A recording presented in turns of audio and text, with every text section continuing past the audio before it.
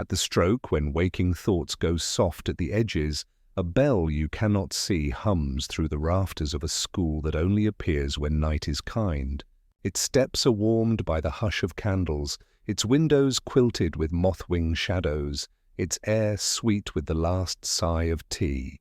You arrive the way all dream travelers do, without hurry, without clatter, finding your breath matched to the slow and friendly heartbeat of a place that has waited all day to glow. Portraits drowse but smile as you pass. Lanterns bow their little flames. Somewhere, a clock with a copper tongue ticks in polite whispers, counting nothing but comfort.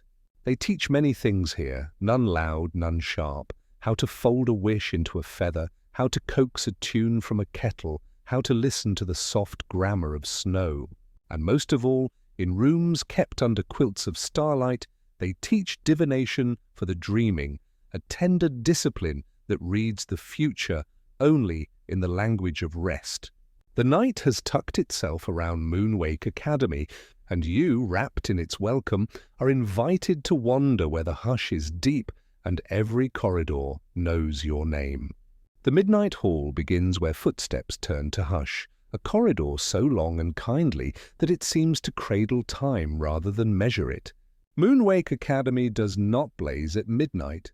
It glows, a settled bloom of amber candles flowering in sconces shaped like curled leaves, a hint of blue from the breath of windows that look out on courtyards of dew, silver grass.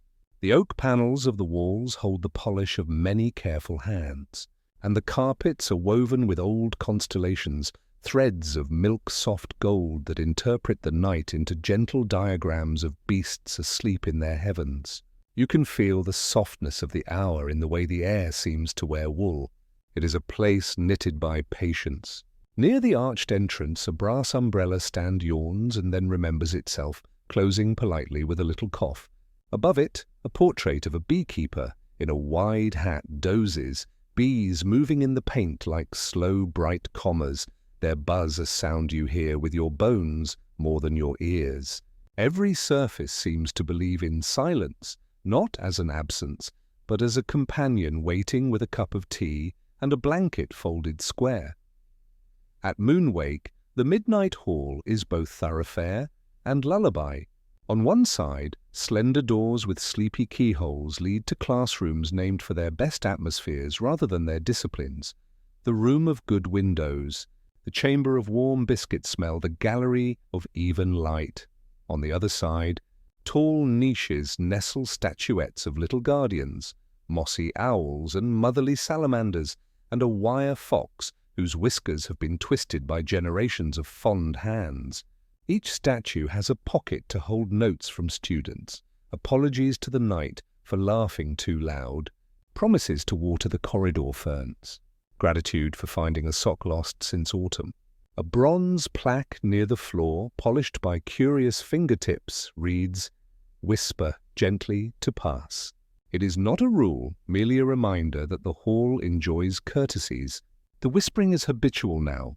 As you move, your own voice lowers as if the ceiling is a sky you do not wish to startle. From far away, the infirmary cat, Patch, coughs a sneeze that gets lost in the folds of a rug and curls up there, purring like a kettle. The portraits are the Midnight Hall's counselors and companions. One shows a pair of botanists sleeping on a bench beneath glass, leaves fogging their cheeks with affectionate breath. When you pause, one of them lifts a finger to their lips and returns to their nap with a conspirator's smile. Another is a triptych of three grandmothers sharing a shawl like a shoreline, their knitting long, patient landscapes of moss and sea and barley. They are whispering to one another about the weather of dreams. Tonight promises a light drizzle of old songs, a mild breeze of familiar hands, an occasional star. Their yarn balls, painted yet not, roll a little along the frame and come to rest with the faintest bump.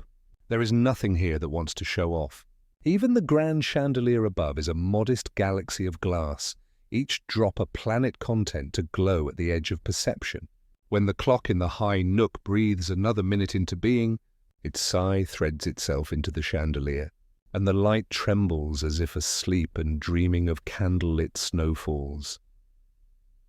The steadiest presence in the midnight hall is the custodian of keys, a figure as ordinary and enchanted as a well-loved broom. Mr. Berwick wears a cardigan the colour of bread crusts and a badge made of mother-of-pearl that reads, Keeper of Comfort. His keys ring like teaspoons in a friendly drawer, and he walks with the unhurried balance of someone carrying a tray of milk. You're early and late in just the right amounts, he tells everyone, because it is true of those who wander at this hour. He oils the hinges with lavender, straightens the frames when they list with dreams, feeds crumbs to the statues, and converses with the hallway as if it is an old friend. When a draught sneaks in from the cloister, he smiles into the air and says, There, there.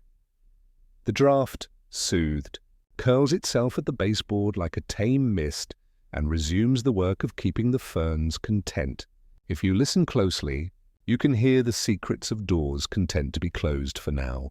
They hum very faintly, not with frustration, but with the relief of a pause.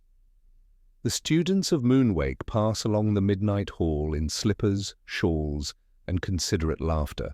Their faces are lanterns dimmed to a bedtime glow, their satchels filled with sweet nothings that are actually somethings, vials of dew labelled with the names of dawns, little sachets of rosemary sewn into star shapes, feathers that contain the echo of wing beats. They have left behind the bright rustle of daytime lessons, the arithmetic of rivers, the careful grammar of birds, and taken up the curriculum of gentler hours. Some tuck their hands into the pockets of the walls where cushions live. The walls, pleased, lean in a little. Others trail fingertips along the carpets to feel the soft geometry of constellations. A pair of first years, proper in their earnestness, carry a teapot between them like a diplomatic gift. Steam blooms from the spout, the scent of chamomile and pear. They are practicing deafness, which is really the art of gentleness given something to hold. Moonwake teaches that everything worth doing at night should be done with a kindness that does not need to be seen to be true. At the far end of the midnight hall stands the Whisper Gate, a door not bigger than a wardrobe but somehow owning the space like a sunset. It is made of night-coloured wood veined with the palest silver, and if you look too closely you find reflected there a small, steadfast version of yourself who nods as if to say, Yes, yes, you belong. The door has no knob, only a language of carvings you read with skin, spirals like sleeping ferns, swans enfolded by their own wings, comets that have decided to stop for tea. Above the door, a motto is carved into the lintel, a phrase the school did not select so much as accept. Here we teach the art of listening to what already loves you. It is not a boast. It is a welcome. Sometimes the Whisper Gate is ajar and students drift through, the slightest waft of pages and mothlight following. Sometimes, as tonight, it is merely breathing, its breath a small cooling of the air. You do not feel turned away, you feel invited to be patient. The door appreciates patience. It appreciates the kind of looking that is content to be soft around the edges, to trust that a door, like a person, opens better when smiled at than when pushed. Moonwake's ceilings are not content with height alone. They shape the quality of the hour. In the midnight hall, the ceiling arched itself to mimic the slow, generous curve of a yawn. Small channels gather echoes and carry them away to the echo pantry, where they are salted, jarred, and later used to flavour remembrance. There are seams of mica in the plaster that catch the light in a diffident sort of way, like shy children lifting their chins to be seen and then rosying with pride. The chandeliers wear shades that look like petals. The petals look like a promise not to dazzle. From somewhere in the beams come the soft clink-clink of the threadweavers, little sprites who mend the night where it thin. They look, if you are lucky enough to glimpse them, like thimble-sized tailors with needles of moon hair. They leave behind silvered knotwork patterns so delicate you might mistake them for frost. until you touch and find them warm. It is an old truth that not all mending is visible. Here, the night learns to maintain its own hush. On a velvet bench beneath a window, where the glass wears a gown of starlight the way a lake wears the sky, sits a ghost who refuses to be chilly. Lady Farry, the whispering pedagogue, employs the word boo only to refer to syllables that are nervous and need a gentle hand. She is a ghost of shawls and little notes written in a tidy hand. She corrects errors of spelling by humming at the offending word until it softens and chooses a better shape. Tonight, she is knitting a scarf that grows in the pattern of lullabies. 3 rows of hum, 2 rows of hush, a border of please rest. Newcomer, she greets without looking, for ghosts are skilled listeners. Remember that corridors are like cats. They like to be looked at with fondness, not stared into like wells. Her humour is as soft as the fog at her ankles. She is one of many faculty members who remain, after some day, not to haunt, but to hush. Moonwake does not brandish its ghosts. It makes them tea and asks after their work. The Midnight Hall, Lady Farry adds, adjusting a spectral pin, is always glad when someone walks slowly enough to hear how proud it is to be good at being a hall. The most beloved argument at Moonwake is a quiet one. Whether the Midnight Hall smells more like cedar and vanilla or libraries and sunlit wool, everyone is content to be wrong because the answer depends on which hour opened the door for you. Tonight, there is also the faintest edge of oranges, which means the kitchens are making kindness cakes for those studying in the small hours. The kitchens mind their own magic, sending out little eddies of comfort that drift through vents and keyholes. A student named Elo, whose talent is knowing where mugs are needed, returns from the kitchens with a tray like a galaxy of warmth. Elo walks the corridor like a river making room for stones. A mug finds its way to a portrait frame, another to a statue's paws, a third left upon a windowsill to warm the night itself. You do not see the night take a sip, but you feel the moment the air feels a touch more full. At Moonwake, things are appreciated for doing their work well, even if their work is only to be beautiful or to be quiet. There is an etiquette to moving through the Midnight Hall that is not written anywhere but is known in the body the moment one begins. You do not rush. You do not whisper secrets that belong to someone else. You let your sleeve brush the fern that leans toward you because it decided you were safe. You count the breaths between footsteps the way you count warm stones in a pocket, slow enough to feel the pocket deepen to hold them. And you say thank you often, not as a magic word, but as the ordinary breath of being here. Mr. Berwick, arranging a row of slippers that the hallway grew in case anyone's feet forgot their way, nods approvingly at your pace. Very good, he says, as if you have learned something already, which of course you have. Moonwake does not test you so much as reveal the answers that were waiting in your hand. Somewhere, a little bell tinkles, the bell that calls the sleepers' choir to hum a low chord that will vibrate the dormitory mattresses into the shape of sweet support. Someone nearby laughs, then apologizes to their own echo, which obligingly gives back the laughter a size smaller and 2 shades softer. Near the center of the hall, a circular floor mosaic becomes a map of quiet destinations. The tesserae are warm, not from sun, but from the kindness of footsteps. The mosaic shows neither streets nor kingdoms, but a geography of tenderness, the nook of found buttons, the balcony of attentive breezes, the alcove of yes you can. Tiny inlays of mother-of-pearl glimmer where the path leads to the atrium of spoons. There, 100 gleaming spoons hang from strings and sing in draughts like a wind choir practicing manners. To the left on the mosaic, small flecks of dark glass suggest the angle of gentle rest, where armchairs angle themselves toward you with the gratitude of dogs. Students pause upon the mosaic and decide not where to be important, but where to be calmed. You stand a moment and feel, as the map warms your souls, that you are not being asked to choose correctly, only kindly. The mosaic is patient.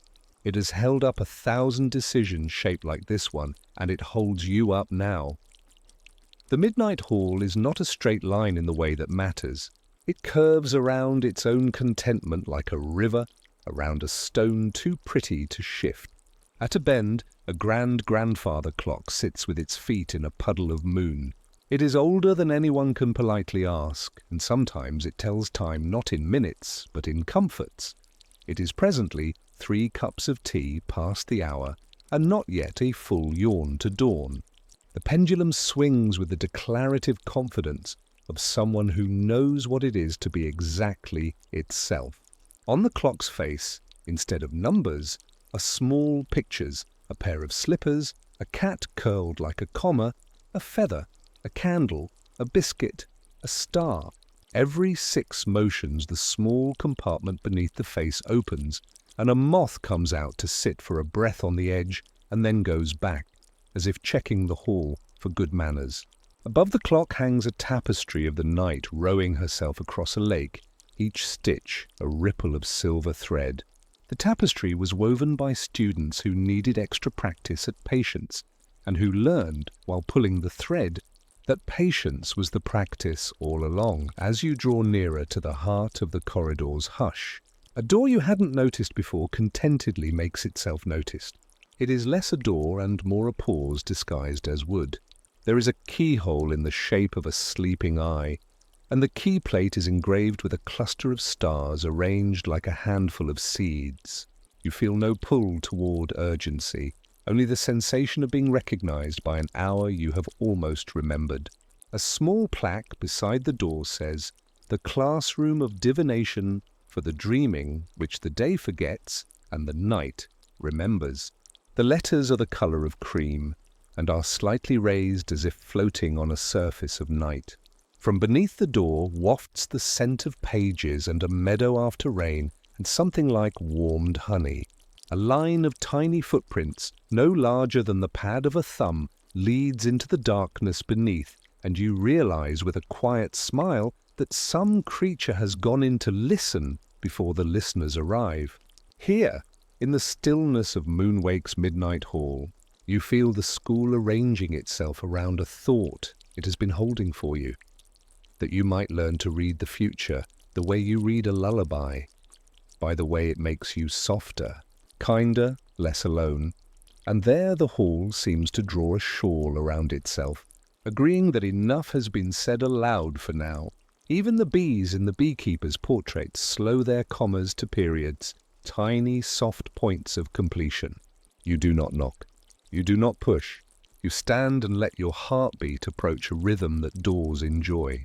The whisper gate at the far end and this night-coloured door before you harmonize in a sort of shared patience, and even the chandelier above gives a small approving chiming, as if 2 teaspoons had greeted one another in a drawer. Moonwake has not been introduced in a rush. It has let its gentleness become your measure, its kindness become your step. The Midnight Hall, still and full and awake in the sweetest way, waits with you, the kind of waiting that is as nourishing as bread and as soft as feathers. Somewhere outside, the wind rehearses an old lullaby against the stone, and somewhere inside, a key, Mr. Berwick's perhaps, or perhaps a key that is made from the part of you that came here, turns again in no lock at all, opening the rest of the night. The library of Moonwake Academy begins before its doors, with a procession of lanterns that have learned politeness. They drift along the corridor at shoulder height, dimming themselves whenever a student yawns and brightening only enough to make the next step kind. Each lantern carries its own tiny ecosystem of glow. Some tend gardens of fireflies, stroking the glass with sleepy light. Some keep a single, faithful flame that sways as if listening to a lullaby. By the threshold, a pair of globe lamps hang like moons, sharing a secret, and if you venture close, you can hear the murmur of catalogued hush. The doors, tall and panelled with wood that remembers forests without missing them, are carved with vines and soft-eyed animals and an alphabet of leaves.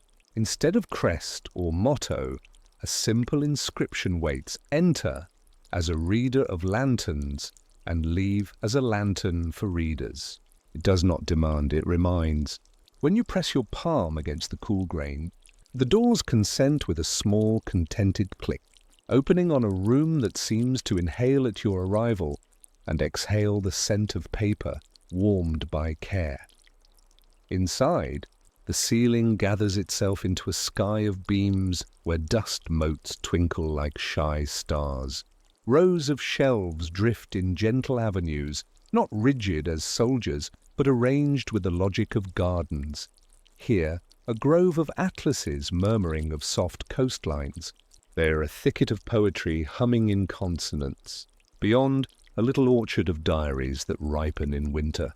The tables are wide and round, not to dominate the space, but to offer it.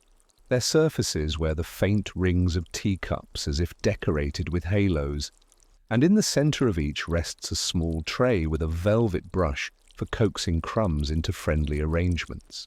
The chairs are upholstered in colors that know the hour, tweeds and not quite blues, and the green of moss that has decided to be a cushion. No chair ever sighs in complaint. They accept their purpose without drama, and if you look away for a moment, they might nudge themselves a thumb's width closer to the reader who needs them. The librarian is not a single person here. The library is tended by a guild of caretakers who consider the word librarian a verb that means to be tender with pages and generous with quiet. Mistress Ively wears a shawl woven from the edges of auroras. It is less show than glow, the friendly warmth of long practice.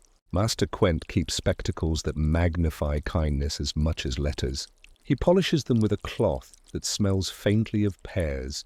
But the truest keeper is perhaps the library itself, which rearranges its ladders with tact, redraws the placement of rugs according to the night's breeze, and hums a key in which the day's worries cannot quite be sung. At a curved desk near the hearth, a sign requests, not commands, sleep if you must. If you do, a bookmark will find you. The bookmarks, for their part, are conscientious creatures, ribbons with felted stars at the end, little wooden moths whose wings clasp pages with the delicacy of thought, even braided threads that have absorbed a dozen lullabies and release them in modest doses whenever someone's eyes slow. Gentle creatures live here as a matter of course. There are page mice, very nearly made of paper themselves, with ears like folded corners and whiskers of gold thread.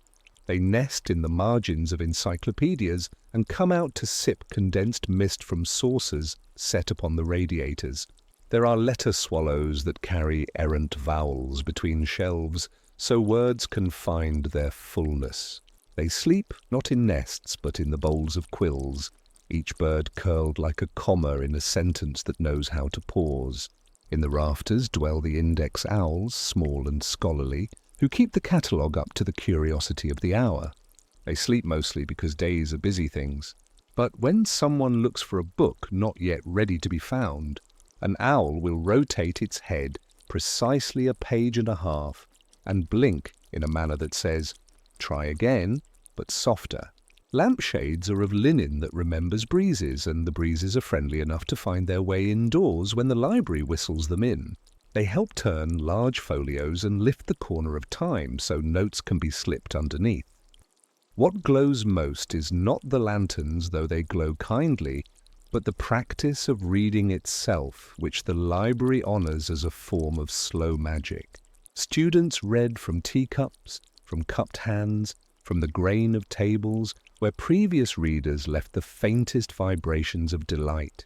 They read from books, of course, books bound in felt that sigh like cats, books stitched with silver thread whose spines tingle when a particularly lovely sentence is approached, books whose pages carry a scatter of pressed petals and whisper, "This was once a garden."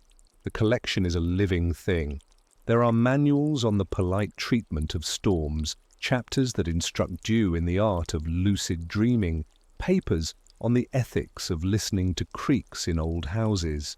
There are tales that teach a candle to be brave at the edge of sleep, histories of places that only exist when a kettle is on, compendiums of pathways smoothed by the soles of gratitude. Some books lean toward one another the way strangers at a bus stop realize they are going in the same direction and decide to be less alone while doing it. Near the fireplace, which keeps a very small, very well-mannered flame, is a table for the dreaming branch of divination. The sign is hung at a yawning angle, on purpose, as if to suggest that nothing here is fully awake, and that is exactly right. Crystals the size of plum stones rest in bowls of salt. They are dull in daylight, but at night glow with the memory of waters they have not yet met. Beside them, small jars contain the sediments of sleep, flecks of last year's snowfall, the scrape of a boat against a dock at dusk, the sigh of a curtain that has just learned to dance. The students who come here are not forecasting fate like weather. They are learning to read the kindnesses that are already on their way. They close their eyes and listen to tea cool, the way steam curls like script. They learn to divine by the quality of quiet between pages, a skill that has saved many from choosing the loudest path when the gentlest would do. At the back of the library is the lantern gallery, a mezzanine with a railing carved in waves. The lanterns here are old apprentices who have been promoted to teachers. Each holds a different light, one the exact colour of a friend's laughter, one the soft sheen of a well-fed cat's fur, one the pale green of a good idea that will not insist on being born until morning. They do not sway unless someone's thoughts tangle, and then they bob once, twice, untying the knot with the same casual magic as fingers that have buttoned a cardigan 1,000 times.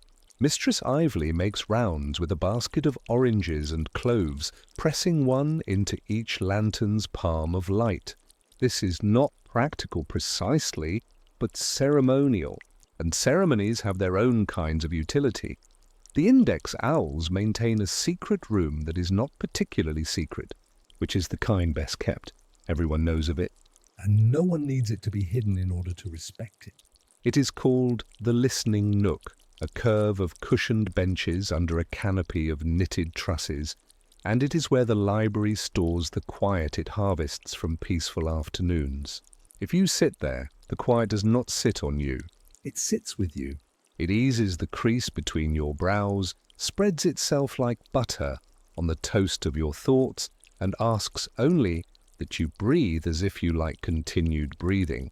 An hour in the Listening Nook sends students back into the soft work of learning with the unhurried joy of someone who has remembered the point of a hammock. Above, the rafters hold a fresco of clouds painted by ghosts with a taste for watercolors and restraint. The clouds rarely move, but on some nights a painter will return with a damp brush and add a glint of moonlight where moonlight falls in real life, so that art and night are courteous to one another. The library's ladders have a union. They huddle when no one watches and negotiate their squeaks. They have decided that squeaks are acceptable only when they sound like sighs relieved to be useful, and so they squeak that way as they scuttle along the tracks. They carry readers up to herbals that smell faintly of meadows, down to collections of lullabies written for weather vanes, across to shelves of essays by chairs on the ethics of being sat upon. Across the floor, the rugs of geometries hold firm, so the sound of footsteps becomes a rhythm the library understands. It has become the fashion among the younger students to sport slippers with tiny bells sewn hidden within. The bells are so soft that only the rugs hear them, and the rugs, delighted, nod back by settling deeper beneath each step. Professor Aureline Powell, who teaches divination for the dreaming when the class decides to be a class rather than an attitude, prefers the lantern-light library to any lectern. She speaks in a voice that goes around sharpness like a stream around a rock that sank for the pleasure of being a rock. Tonight, she has set out a circle of saucers, and atop each placed a fragment of mirror, no larger than a thumb, harvested from the pockets of dawn. The students gather, shoulders draped with cardigans and hair, smelling of whatever the night smells like when it is gentle. "We are reading what is already on its way," she says, not as a secret, not as a thesis, but as an observation, like noting that tea is warmer in its center. Place your mirror under your tongue. Don't worry. These mirrors have been taught to appreciate hospitality. A collective hush answers her, and the library hums in agreement because it enjoys any lesson that begins with trust. What follows is not a spectacle, but a drawing in. Each student takes a mirror upon their tongue and closes their eyes, not to shut out the library, but to make more room for it. Professor Pow tells them to listen for footsteps they have not yet taken, to feel for a letter they have not yet written, to taste for the sweetness of a word they will need. There is no future here like a parade. There is only the widening of the present so it can meet you better. Some sense the edge of a lullaby that will later unspool itself at a window. Some find the barest brush of lavender that will lead them to the garden where lavender has decided to grow far from its label. The mirrors do not show, they remind. When at last they are returned to the sources, the mirrors stroking their own edges shyly as if embarrassed by usefulness. The students sip warm milk and write notes for their sleeping selves to find, "Wear thicker socks tomorrow. Bring a spoon to the cloister. Be kind to the door that sticks. It sticks because it wants you to stay a moment longer." By the time you leave the circle, the lanterns have arranged themselves in a corridor of light that leads to a section of the library most forget to remember. It is the division of so forth, books too polite to insist on their topic, shelves that encourage you to find things you are happy not to know you wanted. The binding on the second shelf, third column, is unusually soft. When you press it, the book purrs and then protests amiably, the way a cat will when moved from the warm square where a pie once cooled. You murmur an apology and pass on. Behind a stack of folios entitled "The Courtesies of Moonlight," you discover an alcove shaped as if a breath had been sculpted into wood. This is the place where the library keeps its lanterns when they are newly made, letting their wicks learn the etiquette of glimmering. A single lantern remains, round as a plum, and the colour of memories of cinnamon in winter. It is not yet lit, yet it illuminates the air, the way a smile can brighten a room many heartbeats before it spreads to a face. In the hush, a rustle, nothing dramatic, the sound a sleeve makes when it remembers to be soft. A shape slips between shelves at the edge of your vision in a way that invites rather than alarms. It is likely a page mouse carrying a letter to punctuation, or perhaps a catalogue card that has decided to seek its author. But the sensation remains, like the gentle tug of a kite string. You find yourself before a book that is both too large and exactly right, wrapped in a dust jacket that appears to have been sewn from an evening sky long gone to rest. The title is a whisper, The Somnolent Almanac, or A Prognostication of Peaceful Things. The author is given simply as the class that forgot to be loud. When you lay your hand upon the cover, the fabric warms and then cools, the way a field breathes after sunset. Heartened, you open to a page at the center, and the library leans in so politely you only notice because the lanterns seem to hold their breath. The pages are a map of days, not linear but spiraled, a seashell of months and moods. There is no ink in the usual sense, only the press of words impressed, like a thumbprint into dough and baked, until their meaning has the weight of bread. The almanac does not tell you when, it tells you how. How to find the door that asks your name. How to answer a question without undoing a quiet. How to begin a letter to someone you have not yet met with the sincerity of rain. When it speaks of sleep, it does so in verbs that reassure. Sleep tends, sleep cradles, sleep keeps watch. A small ribbon is tucked between two pages.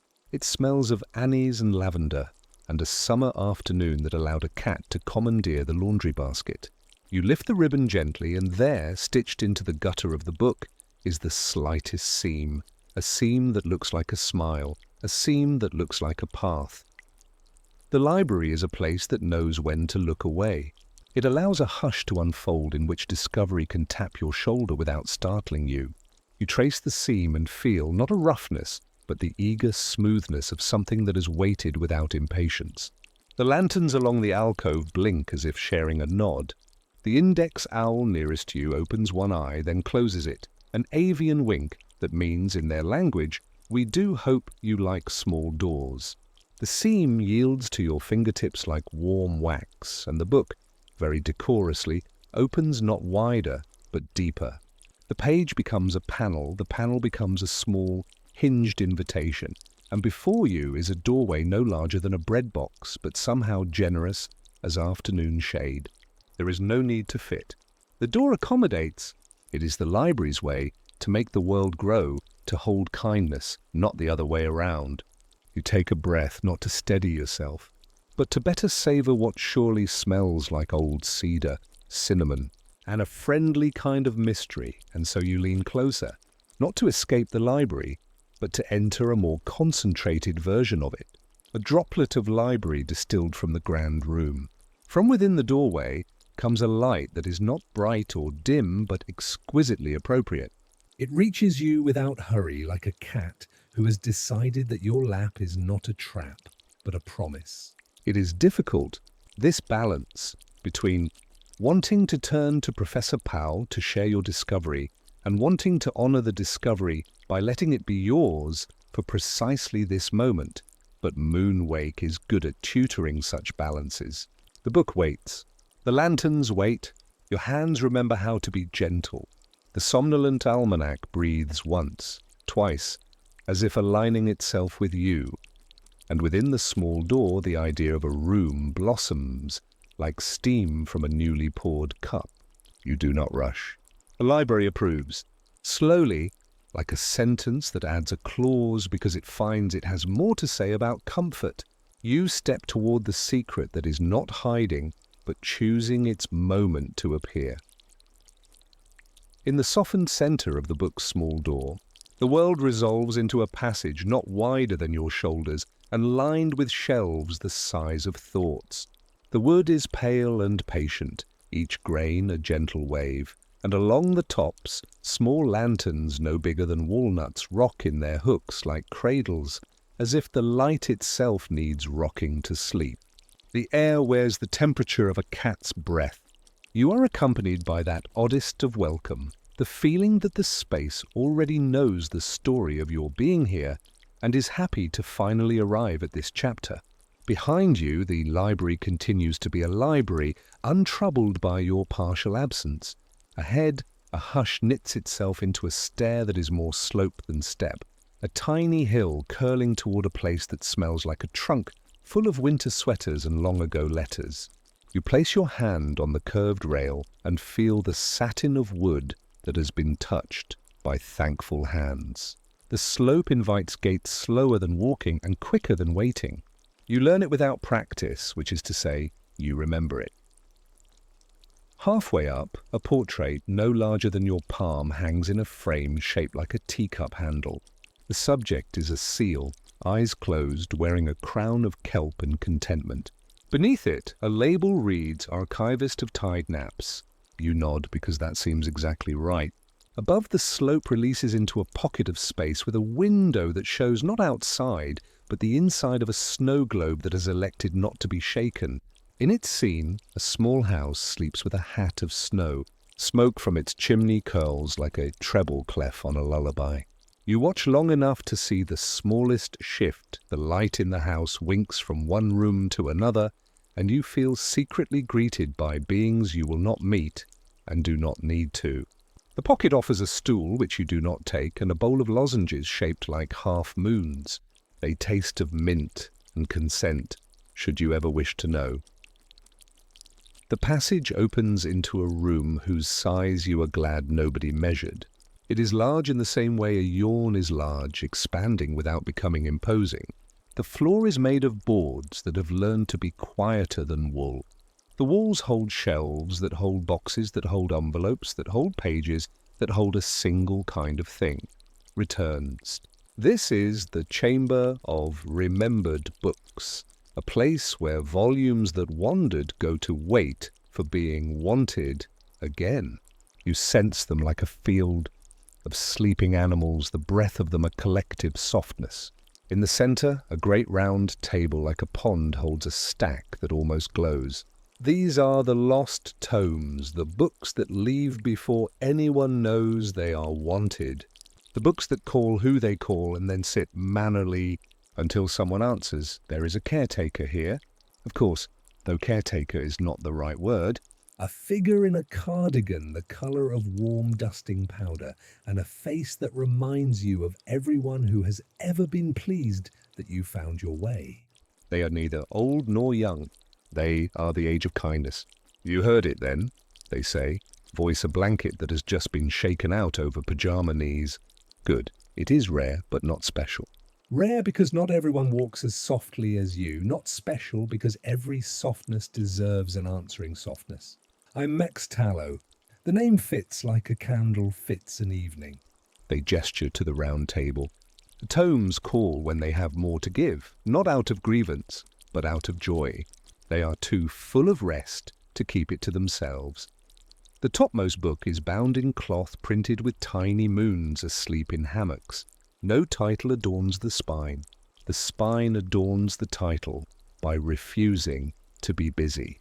Mexa Tallow does not reach for it, and neither do you, because reaching too quickly is a way of speaking loudly with your hands. You wait, the book waits, and the waiting ripens into an answer. The cloth flickers as if remembering a breeze, and the cover lifts with the shy decisiveness of a curtain parting for a kind performer. Inside, pages as thin as late ice shiver. They do not tremble from fear. They tremble from their proximity to meaning, like a bowl that rings if you laugh near it. Words rise not in ink, but in condensation, forming like breath on glass, and you read with your skin as much as your eyes. The lost tome tells of the forgotten class, which is not a class that ceased to meet, but a class that decided to become a place. The way sometimes when a song is very beautiful, it grows a room in which to live.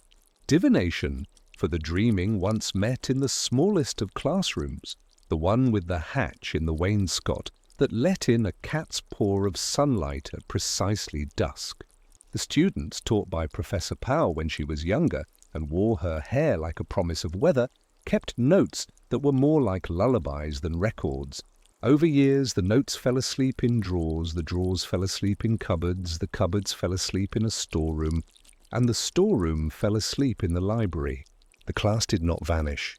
It curled up like a drowsy animal, becoming this gentle archive of returns.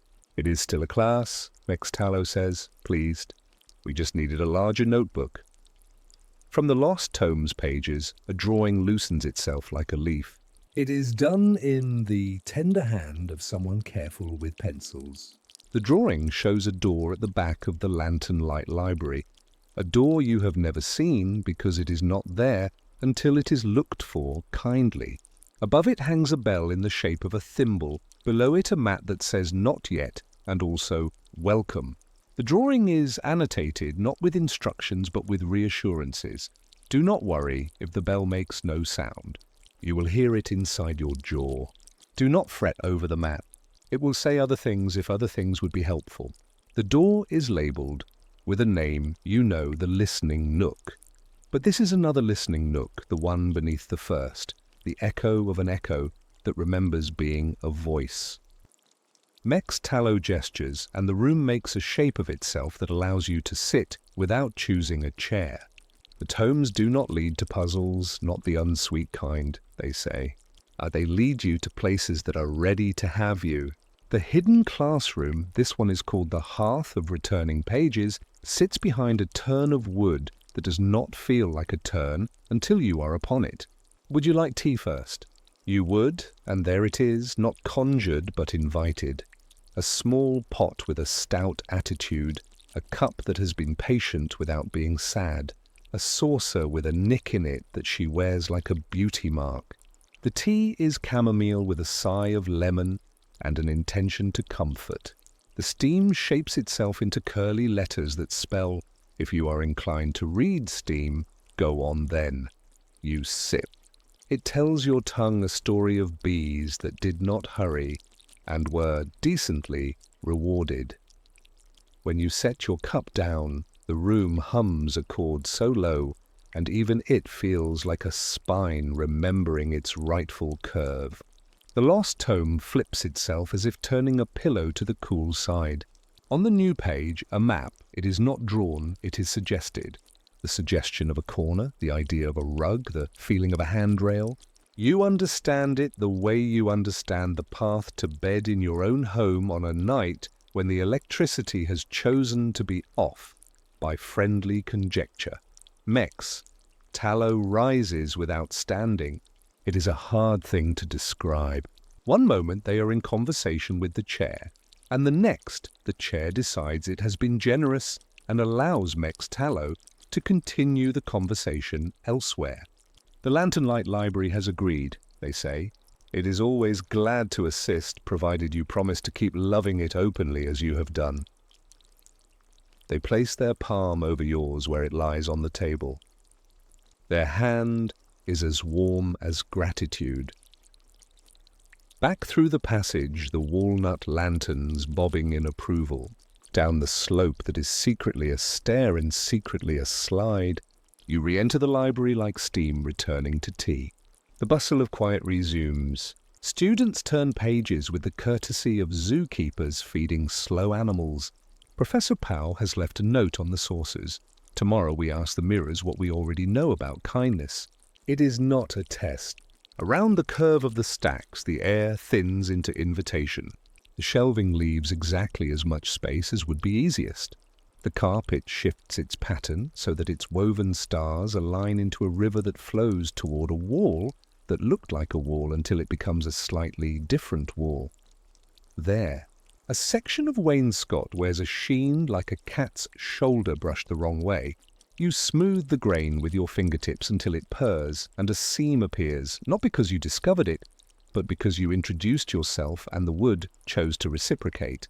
The thimble bell above does not ring. The ring arrives at the hinge of your jaw as promised, a friendly sensation that ticks like a polite clock. The mat says, "Hello again, though you have not visited before," which is accurate in the way the library is accurate. It acknowledges you as the sort of person who would have, and that is good enough. You glance behind to see if anyone has need of you. The library, who has more than enough of its own lanterns to mind, fluffs your absence like a pillow and holds your place. The door opens inward to a space the size of a good sigh. It is lit by lamps whose wicks are braided from notes taken by sleepy hands. The light is the colour of a remembered kindness. The hearth of returning pages is precisely that, a hearth not designed to burn anything, but to warm the notion of gathering. In its grate sits a drift of cottony ash that smells of apple peel and penciled margins. Around, low shelves cradle books whose spines feel as if they have been held by people who enjoyed holding them. The nearest chair wears a lap blanket on its arm, and the blanket has looped its fringe through the chair's wood, not to bind, but to be companionable. On a small table, a dish of sugared ginger waits for mouths that have spoken the word "oh" several times in a row, and may want to say it again with a different flavour. From the far side of the hearth, a voice like a thumb on the rim of a glass rings softly. "Every return is a kind of divination," says the voice. "A coming back that shows you where you were going all along." A figure emerges, not from behind anything, but from a corner that chooses to yield up a person. It is Professor Powell, but in a cardigan the colour of day-old lilacs and with her hair pinned by a pencil that has written nothing cruel and never will. She is not surprised to see you because she is the sort of professor who marvels at everything without making a fuss about anything. "Well done," she says, and the words fit like slippers. You notice now the others, some familiar from the library proper, a student who walks as if carrying a candle that should not be jarred, another whose laughter seems stitched from thread pulled from a flag of kindness. Each holds a book that has found its way back by finding its way forward, a manual on the etiquette of gentle departures, a field guide to the pockets of coats and the secrets they should keep, an anthology of lullabies for rooms that have hosted sorrow and want to be reminded how to host joy. The hearth makes a sound like agreeing to be helpful. Professor Powell gestures, and everyone sits without sitting atop anyone's toes. The lesson is simple. The lesson is always simple. We practice the art of following soft calls, she says. The world is full of them. Tea calls to cups, cushions call to spines, doors call to people who will be grateful. We listen with our attention until the call and our answer meet in the middle and can nap there. She distributes to each of you a slender ribbon, the same anise lavender summer as the one you found within the somnolent almanac. These are for marking where you felt the call, she says. Not to pin it down, but to pat the place as one pats a good dog. The room rustles with compliance, so willing it is nearly adoration. A student tucks a ribbon between pages about cloud keeping. Another ties one around the knob of a drawer labelled Stray Thoughts, which the drawer accepts the way a wrist accepts a friend's bracelet. Aware, pleased, more itself. The hearth of returning pages does not hold one lesson at a time, because time here is more polite than linear. While you breathe in the leaf-sweet scent of paper and gingered sugar, the room rearranges at the speed of growth. A small alcove becomes more alcovish to cradle a conversation. A series of shelves grow shorter to make the room feel taller for a student who needed more sky to think with. Professor Powell passes a lidded jar around the circle, in which drift what looks like cuffed smoke. Exhalations, she says, borrowed from the very last sentence of books read near open windows. They're friendly with endings.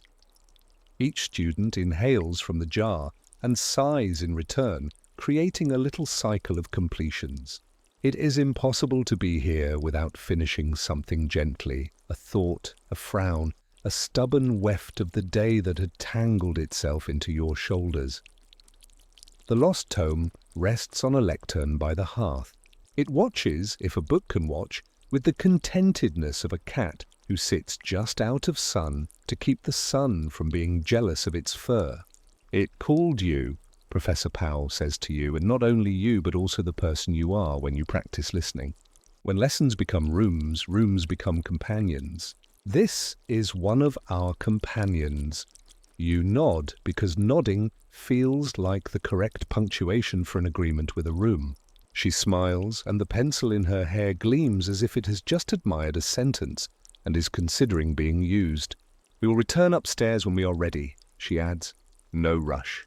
Upstairs knows how to miss us without being sad. After the lesson, which is to say during it in a different tense, Mex, Tallow sets a small book in your lap.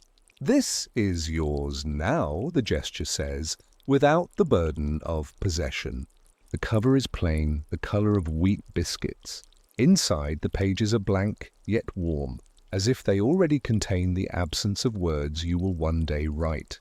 On the first page, a phrase appears, watermarked by a kind of ink that prefers to be invisible until spoken to gently.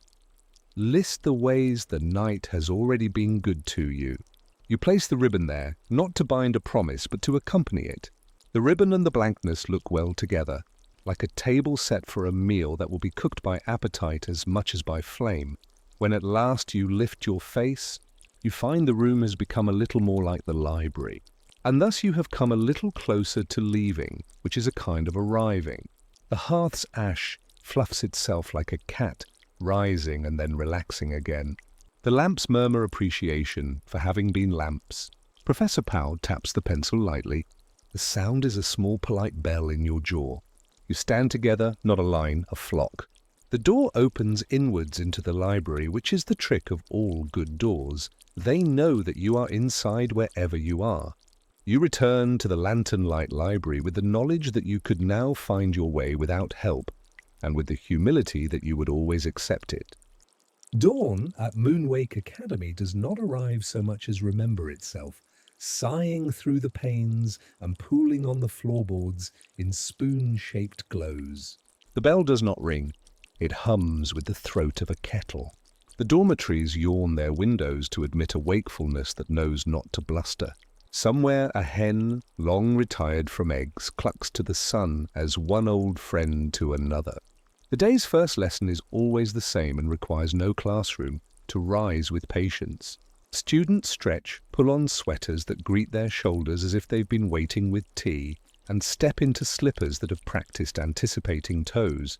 The corridors adjust their light like cardigan cuffs being rolled down. Mr. Berwick's keys tell each other small jokes and sound like laughter that found a bell and decided to be gentle. Even the rugs shift their weave by half a sigh, making room for footsteps that have not yet decided where they're going. And the air smells faintly of toast and recently solved worries cooling like pies on a sill. Breakfast is a ceremony of small compassions, practiced in a long hall where beams keep watch like kindly eyebrows. Bowls of porridge line up as if they had rehearsed, steam hanging above them in soft speech. Jars of honey hum a note you only hear if you think of bees with gratitude. The jam has a memory of summer and intends to share. At the end of each table rests a dish of sliced pears and a folded card that reads, "Take more than you think you deserve. You deserve more than you think." No one is greedy. Greed is unnecessary when the cupboards have learned generosity as a sport. A portrait of a baker smiles down, flower on her cheek, forever caught mid-laugh. And today the laugh seems to make the butter a fraction more spreadable. There is a custom that if you butter toast without tearing it, you may whisper a wish into the crust. The toast, sworn to hold confidences, will carry it to the kettle, and the kettle will give it to the first cloud polite enough to come indoors. Wishes in the daytime are simple: the right page, finding the right hand, ink that never clots, socks that conspire with shoes to be kind. Lessons unfurl at a pace somewhere between a stroll and a lullaby. First years visit the garden of listening, where dew stands on each blade of grass, as if taking attendance. Professor Tamba, whose beard is a nest willingly rented by a sparrow, teaches them to kneel to the earth and hear the grammar of roots. "We speak to what already understands us," he says, hands open to show he holds nothing sharp. They learn to distinguish the quiet of a seed, deciding to begin, from the quiet of a stone, deciding to rest. A little later, up one flight of stairs that volunteers to be less steep for a while, an older group studies kettle music. They lay spoons of varying kindnesses upon porcelain and tin, coaxing out notes that sound like silverware remembering birthdays. Professor Nerida, who wears bracelets that ring when she smiles at them, invites the class to listen for the note that says, "We are ready without hurry." It is not an obvious note, but once found, the whole day rearranges to make room for it. In the room of good windows, where the panes carry a faint film of yesterday's weather as a keepsake, students practice feather folding. A feather is the most modest of quills, and it teaches a hand gentleness by requiring it. The exercise is simple to describe and generational in its lesson. Fold a feather so it contains a promise, then unfold it until the promise can breathe.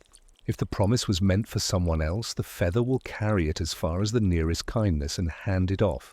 If it was meant for the one who made it, the feather will find a pocket and wait there, turning itself into a bit of courage, one touch at a time. Professor Mira, whose gaze is soft-focused the way a daydream is, moves between desks, untangling small confusions with the same patience she gives to the burrs that find her sweaters. "It is like tucking in a child who is also you," she says, letting her voice become the wool the room wears. Not far away, under a ceiling that has decided to be a canopy of calm, the class called Polite Illusions begins. The illusions at Moonwake keep to their manners. They knock before arriving, tidy themselves before leaving, and never pretend to be what a person needs when the person needs a person instead of a trick of light. Students practice calling up a meadow that will not overwhelm. They practice making a candle appear that gives no heat unless asked, then gives exactly as much as asked for. They learn to conjure a chair into a room and let it be a chair without asking it to be a throne. Usefulness is not a hierarchy, Professor Leth explains, words balanced like cups on a tray. A small kindness does not bow to a large one. They simply take different chair sizes at the same table. The illusions themselves seem to listen, their edges smoothing, their colours deciding to be less insistent and more present after midday, when the sun becomes a cat that moves from one square of warmth to the next across the floor. Students drift to the atrium of spoons for an interlude. Spoons are very good at interludes. They hang in strings and sing, when the breeze drafts between cloister arches, making a music that sounds like rain, admitting it is happy. A boy named Elo, he of the travelling mugs, shows a first year how to tune a spoon by whispering gratitude into the curve of its bowl. The spoon brightens, the note warms, and somewhere a kettle decides to start singing with less fuss. Grounded by the clink and hum, scholars pull from their satchels journals that are confident without boasting. The journals prefer to be written in slowly. They bloom in sentences that don't worry about brilliance and love verbs that cradle instead of shove.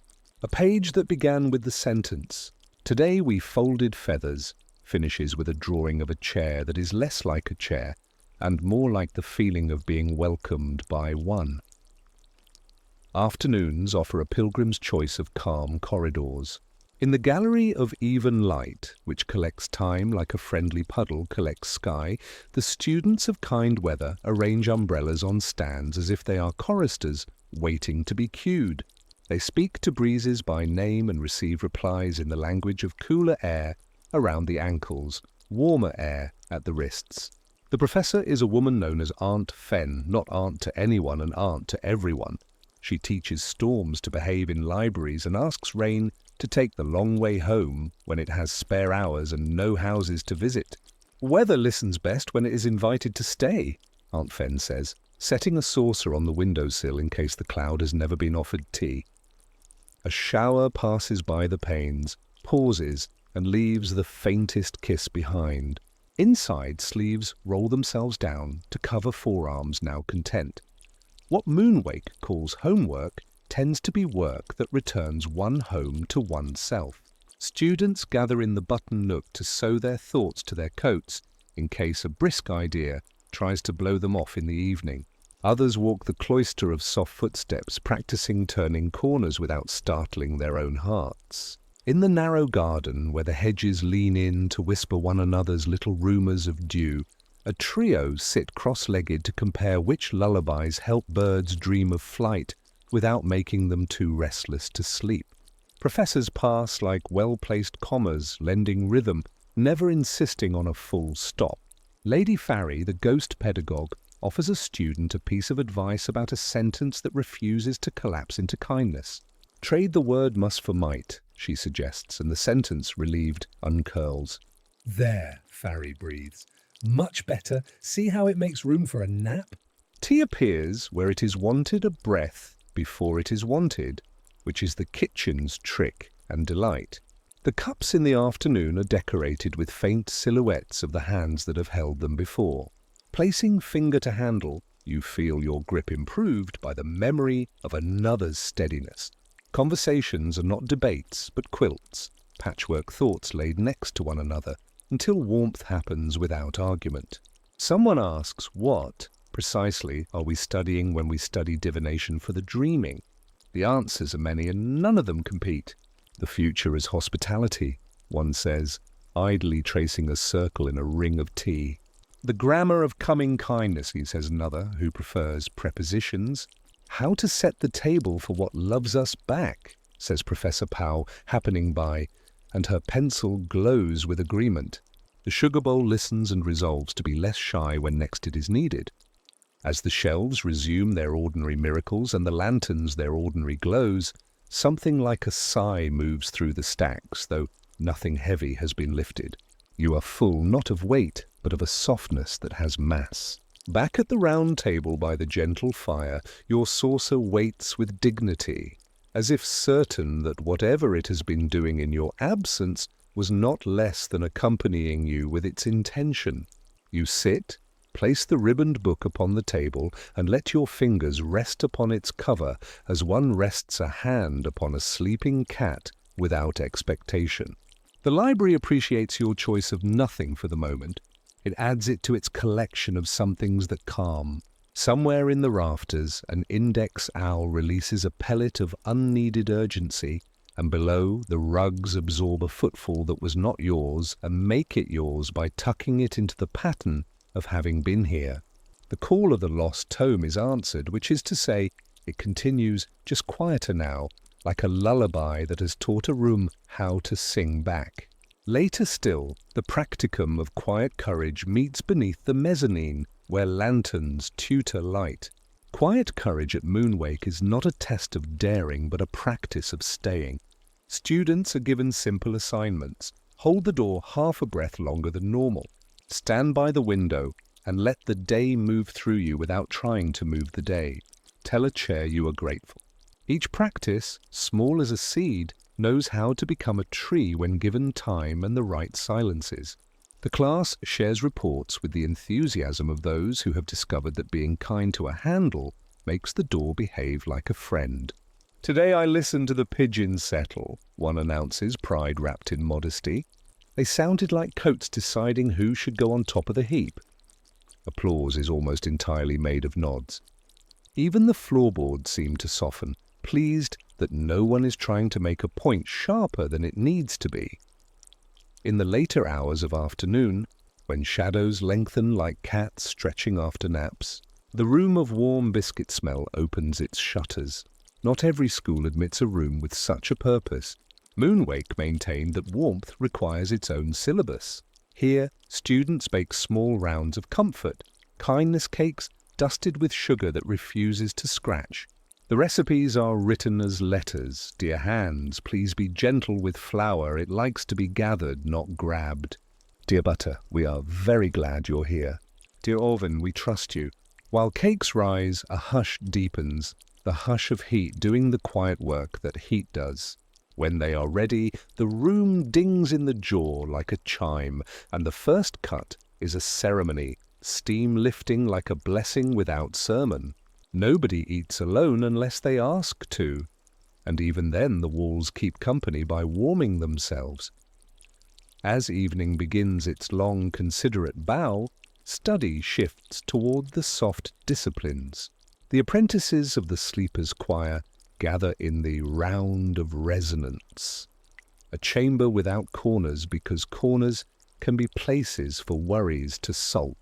They hum in a circle, the pitch matched to the tenor of mattresses in the dormitories. The aim is not inspiration but support. They direct their song into wool and cotton and feather, and the beds swell with the confidence of waves that have remembered their coastline. In the rafters, the threadweavers wake and stretch their needles, darting from beam to mend rips in the night, where slivers of daytime might snag. Their work is sometimes a little glitter, and sometimes only the feeling that something is less likely to fray. Students nod to them as one nods to bus drivers and janitors and moons, with appreciation, without interrupting. The day's last formal class is held where it wishes to be held. Tonight it chooses the balcony of attentive breezes. Professor Powell leads, her voice lowered as if a sleeping child is nearby, which in a sense every gentle thing is. They study signs so subtle they are simply invitations, the way steam from a cup curls in a grammar of welcome, the way a page lifts at the corner when it wants to be turned, the way shadows slip like loyal dogs to lie at your feet. "Divination for the dreaming," she says, resting her hands on the railing, "is not about certainty. It is the art of letting the nearer future show itself in a form you can care for without fear. We tend tomorrow by being good company for tonight." One by one they lean their elbows and learn what a railing sounds like when it feels appreciated. A breeze, attentive, passes and leaves behind the shape of a lullaby in the air, the exact outline of which each person discovers differently. By the time the lamps warm their wicks in the corridors, the school's breath has slowed to evening's tempo. Students return books to shelves with the same care they will give their own heads to pillows. They scribble notes for their sleeping selves. Do not worry about what did not ask to be worried over. Remember to look at the window like a friend. Bring the spoon you borrowed home to the atrium. Some slip their concerns into the tiny pockets stitched into their sleeves so concern may be worn instead of carried, becoming smaller thread by thread, as sleeves do what sleeves do best. Be there. Moonwake believes in the kind of learning that settles where learning belongs, in the bones, in the breath, in the soft hinge of a jaw that knows when to open to a yawn. And so a scholar's day at Moonwake concludes not with a bell, but with a door remembering to whisper. The whisper gate sighs pleasantly, the midnight hall stretches without creak, and the students pass through their own gentled silhouettes to find the rooms that know them by name. Somewhere, a clock counts the biscuits left in a tin and finds the number pleasing. Somewhere else, a cat leaves a paw print on a page, signing off. The day is folded like a sweater, sleeves tucked, kept ready, scented faintly with lavender, and having done no harm. It is possible to forget at other schools that learning can be kind. No one forgets it here. Moonwake keeps the memory in the rugs, in the chairs, in the keys that sound like laughter, and in the very dust that sparks when lanterns lift a little to say good night. There are crafts at Moonwake Academy that do not appear on timetables because they prefer to be found rather than scheduled. Among them are the silent weavers of dreams, an order not formed so much as gathered from those who noticed threads where others noticed only air. They work in the high nooks and the low quiet, in the interstices of beams and the considerate spaces behind radiators, and their looms are strung with filaments spun from the breath between heartbeats. If you have ever woken from a night and felt as though someone had smoothed your thoughts with a warm palm, you have passed beneath their weaving. They are not a secret. They are a courtesy extended by the night to minds that have worked honestly and want to rest without dropping any goodness they carried. At twilight, when the windows begin to collect the evening the way a pitcher collects a stream, the weavers draw their looms into the open, not to display but to share their silence. The looms are not identical. One has uprights made from the handles of old brooms. Another leans on the rib bones of umbrellas retired from the weather with honours. A third has a frame carved with little moths who seem to nibble sleep into lace. The threads appear and vanish, some silver as humble moonlight, some amber as saved laughter, some the pale green of promises kept quietly.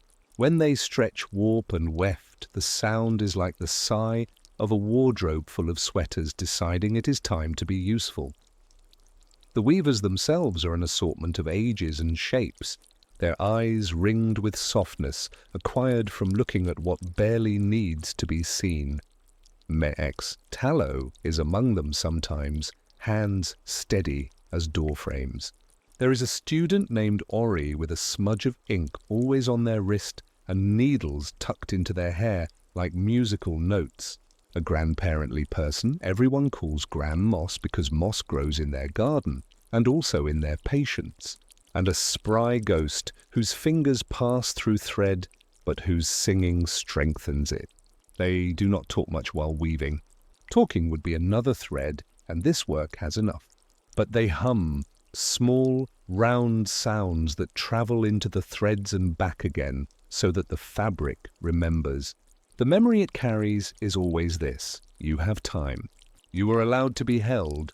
What do they weave? Not garments, though sometimes a blanket is the side effect of their tenderness. Not tapestries in the heroic sense. They weave bridges, most of them invisible, between the day's last bewilderments and the first easy surrender of sleep. They knot the stray thought to the friendly thought so it will not wander into worry and get lost. They hem the edge of a dream so it does not fray into waking at the first footfall in the corridor. They stitch tiny pockets into the night where a person might tuck a question and find, upon waking, that the pocket has warmed the question into a softer shape. If a dream tears on a nail, say, a memory with a burr, The weavers backstitch until the rip is not healed by denial, but supported by new kindness, like a patch that makes a mend into a story. One of their instruments, set on a table that makes room for it by remembering to be wide, is the reel of reveries. Turn its crank, and it winds up the fragments that float through dormitories and quiet chairs, the almost ideas, the half-phrases, the not-yet-inked words that cannot bear to be lost. In the morning, the reel purrs and offers them back as dew offers back the night, not insisting, simply present. Students sometimes sit and watch the threads pass through the weaver's hands, the way one watches rain thread itself between leaves, and they feel mended by proxy. The lesson is not posted but learned, that hands can make quiet, that quiet can be made by hands, and that this is a skill as sweet and necessary as bread. Alongside the weavers work the dream scribes, a guild of listeners who write down the parts of the night that consent to be remembered. Their desks are small, their pens well-behaved, their ink the colour of deep, clean wells. They do not steal dreams. They lean their heads against the hush and take dictation from gentleness. In the morning, those who wish may come and ask whether the scribes caught anything of theirs. Sometimes the answer is a neat page that smells faintly of cedar and says, "You smiled in your sleep because a field admired you back." Sometimes it is no page at all because the dream refused any ink and the scribes respected that refusal. They file their work in drawers that glide out without squeak and label the folders not by name but by tone. Dreams that smelled of apples, dreams with warm socks, dreams that comforted the future. The dream scribes and silent weavers collaborate with an order called the pillow wrights, who are exactly what they sound like, and also a little more. A pillow wright can take a rough day and card it like wool, teasing apart its fibers and refolding them so that the night does not lie atop knots. Their workshop hums with the sound of feathers deciding how to hold someone's head. The feathers decide by committee and always choose mercy. You can bring them a pillow when it begins to learn your worries too attentively, and they will teach it boundaries, adding a pinch of cedar shavings to focus its loyalty on your neck, rather than your anxieties. Their apprentices learn the art of loft, how to keep it generous without becoming bossy, and the delicate geometry of corners that lie kindly rather than sharply under a cheekbone. Above, in lantern-light rafters, the lumen keepers tend the academy's lamps. The lumen keepers speak with flames the way a parent speaks with an infant, by swaying, by shushing, by being there. They trim wicks not for brightness but for composure. They polish glass so that light may be itself without glare. They line the lanterns' mouths with phrases, "You are enough. You need not flicker to be seen." Under their care, candlelight becomes a language that bodies understand. Heart beats slow, shoulders release, the mind sets down its bundle and says, "I could stay." When the weaver's cloths are finished, the lumen keepers carry them across bowls of light so that each thread remembers warmth. This is the kind of ceremony Moonwake prefers. Meaningful, shared, so ordinary it feels like breathing. There are other quiet trades. The sippers of silence walk the corridors with small porcelain cups and collect leftover hush, the way housekeepers collect rain from leaking roofs into buckets, not in frustration, but so it may be poured somewhere it is needed. The cat hushers consult with Patch and the other resident felines on routes that disturb the least number of sleeping knees. The menders of music repair lullabies frayed by misuse.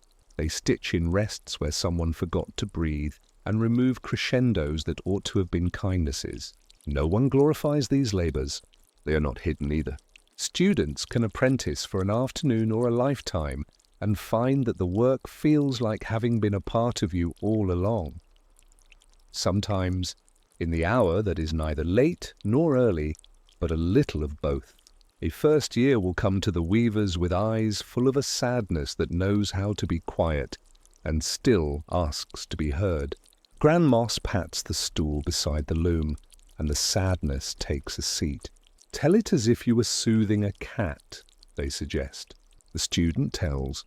The loom listens, The threads obedient to the story's edges gather in a pattern that is not meant to last forever. Patterns at Moonwake are allowed to be temporary. They serve and then are unmade to serve again. When the tale has curled into rest, the weaver snips a square from the cloth and tucks it into the student's pocket. For when you need to remember that your sadness was minded, Gran Moss says, the square warms to the body's temperature, and then a little warmer, like a candle agreeing to be a hand. There is a rumour, which is really a kindness in disguise, that on the night before examinations, the silent weavers stitch a ladder between each bed and a pocket of sky, so that if someone's worry needs more room than a room can provide, it might climb and walk under the old patience of stars. The rumour remains a rumour because no one is required to see the ladder to believe it there. Belief at Moonwake is a form of neighbourliness. It keeps you tied to the good on offer. On those nights, the sleeper's choir hums lower. The lanterns dim with deliberate thoughtfulness, and the very floor seems to rock the way a boat does when a shore tells it. Who you are is welcome here.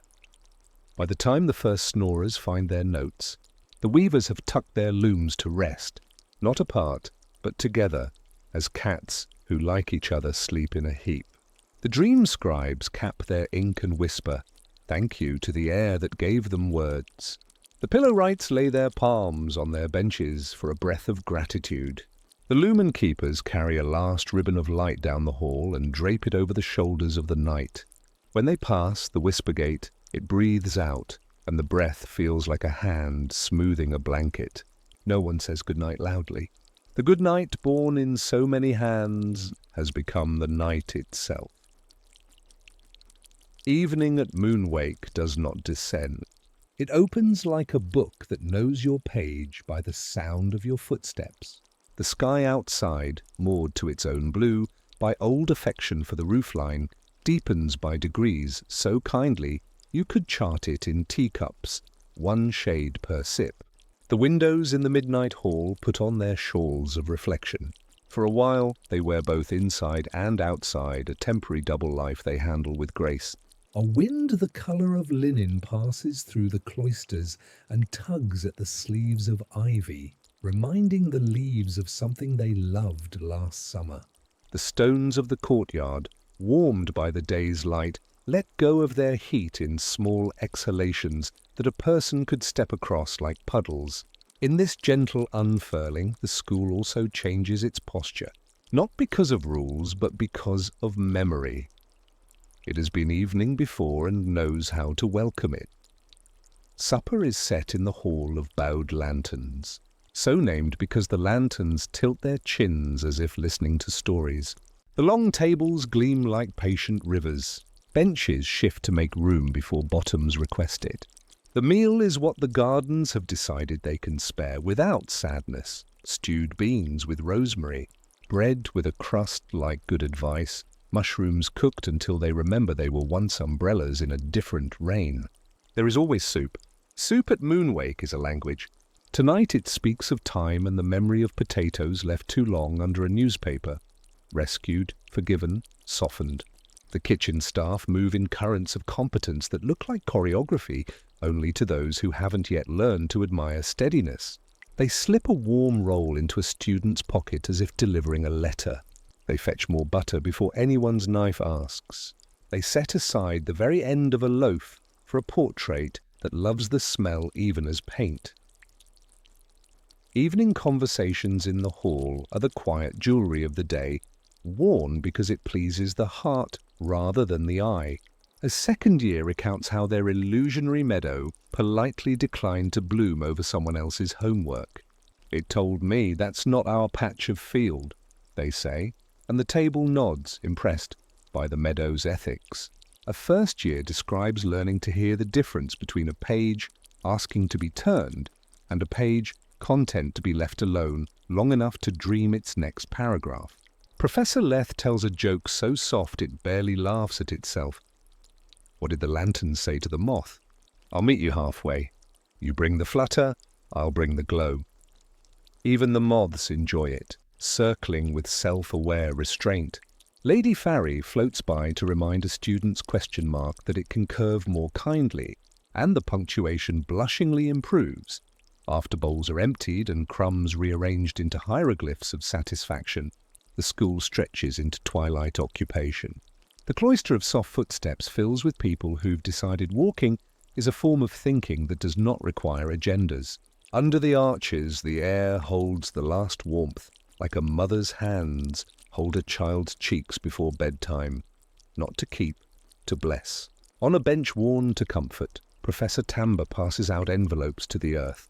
He notes which patch prefers letters folded thrice and which likes them rolled. Students sit nearby and write little missives to the day they just lived. Thank you for that patch of sunlight near the library stairs. I will visit again. I appreciated the way the cloud waited while I finished reading. The day does not answer on paper. It answers in exhalations, in the pliancy of the path, in the sensation that the gravel knows your stride. The lantern-light library, friend to all hours, grows even friendlier. Lamps within lower their lids to a dreamy half-mast. The index owls rotate into their nighttime cataloguing. One peels off toward the east stacks to see if any dream wanted a story about boats, and found one without asking. Another arranges the listening chair's arrangement so that a person can sit and hear the exact right creak at the exact right moment. Professor Powell sets a small circle of saucers again, this time each holding a sleep pebble. The pebbles are ordinary stones taught to remember rivers. If you invite this under your pillow, she tells the group gathered for the night's quiet lesson, it will show you how to let thoughts pass without damning them. You are not here to stop yourself. You are here to watch yourself drift and note with affection that you are floating. As the hour leans into its second cup of tea, the sleeper's choir takes its place in the round of resonance and hums a chord that finds its way into rafters, down walls, through floors and under beds. The notes wear slippers so they do not startle anyone who has already curled beneath quilts that smell faintly of cedar and library. The quilts, for their part, remember hands, hands that stitch them and hands they will cover. Some quilts carry small stitched sentences. Over one bed you are allowed to rest. Over another you are not falling behind. You are falling asleep. The threadweavers, nimble as always, race a last circuit along the beams to set glistening knots where anxious drafts might slip in and unsettle a dream that needs this night and not the last or the next. There's an hour when Moonwake's clocks make the sound of a spoon stirring milk, and it comes now, in the sweetness of lamps and the light hush of curtains. In the infirmary, Patch the cat performs rounds of purring, writing prescriptions that always begin with there, and end with a head bump to the wrist. In the balcony of attentive breezes, someone leaves a poem out to air, and the breeze reads it with its fingers, smoothing a wrinkle here, flattening a stubborn rhyme there, never altering the meaning, only the kindness of the line. In the garden of listening, crickets begin chorus practice, and a student with their ear to the ground reports. They're singing for roots tonight. The roots accept with modest joy. Nightbirds in the eaves gossip about stars as if they were old books with gilt edges newly discovered. That one, a bird whispers, has a story about someone who decided to sleep in even though dawn had written them a very polite invitation. Excellent story, replies another, who has seen how well it ends. The owls do not intrude. They maintain their minutes and their index cards and blink with approval when a student sets down a worry to pick up a blanket. Nobody at Moonwake stands guard against the dark. There is no need. The dark here is a place that has learned to be a lab. When the last lights in the classrooms bow to their own shadows, the Whispergate inhales and exhales once, as if to say, we did a fine job of being a door today, and we are quite ready to do it again tomorrow. Mr. Berwick takes a slow tour with his teaspoon keys, tapping each lock not as an order, but as a lullaby. He tucks a wayward draught behind a curtain and leaves a lemon drop on the window sill of a room that has been particularly brave, about to squeak. He pauses in the midnight hall to straighten one slipper in the row of slippers the hall made just in case. "There we are," he says to the slipper, and to the night, and to anyone, really, who needed something to be just slightly more okay than it was a moment ago. And it is. Beds welcome bodies one after another, an endless, quiet parade, as dignified as a library of faces deciding to close their covers for a while. Doors decline to close loudly. Windows decide that in addition to letting in moonlight, they will keep out the rumours of geese. The geese, understanding, go gossip somewhere less important.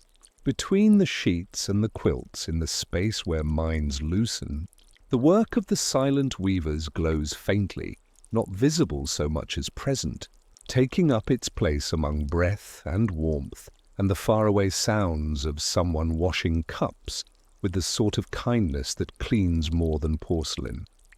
And then, when nothing else requires narration, when the lamps are fully modest, and even the moths have chosen corners to be small in, the school expands into stillness.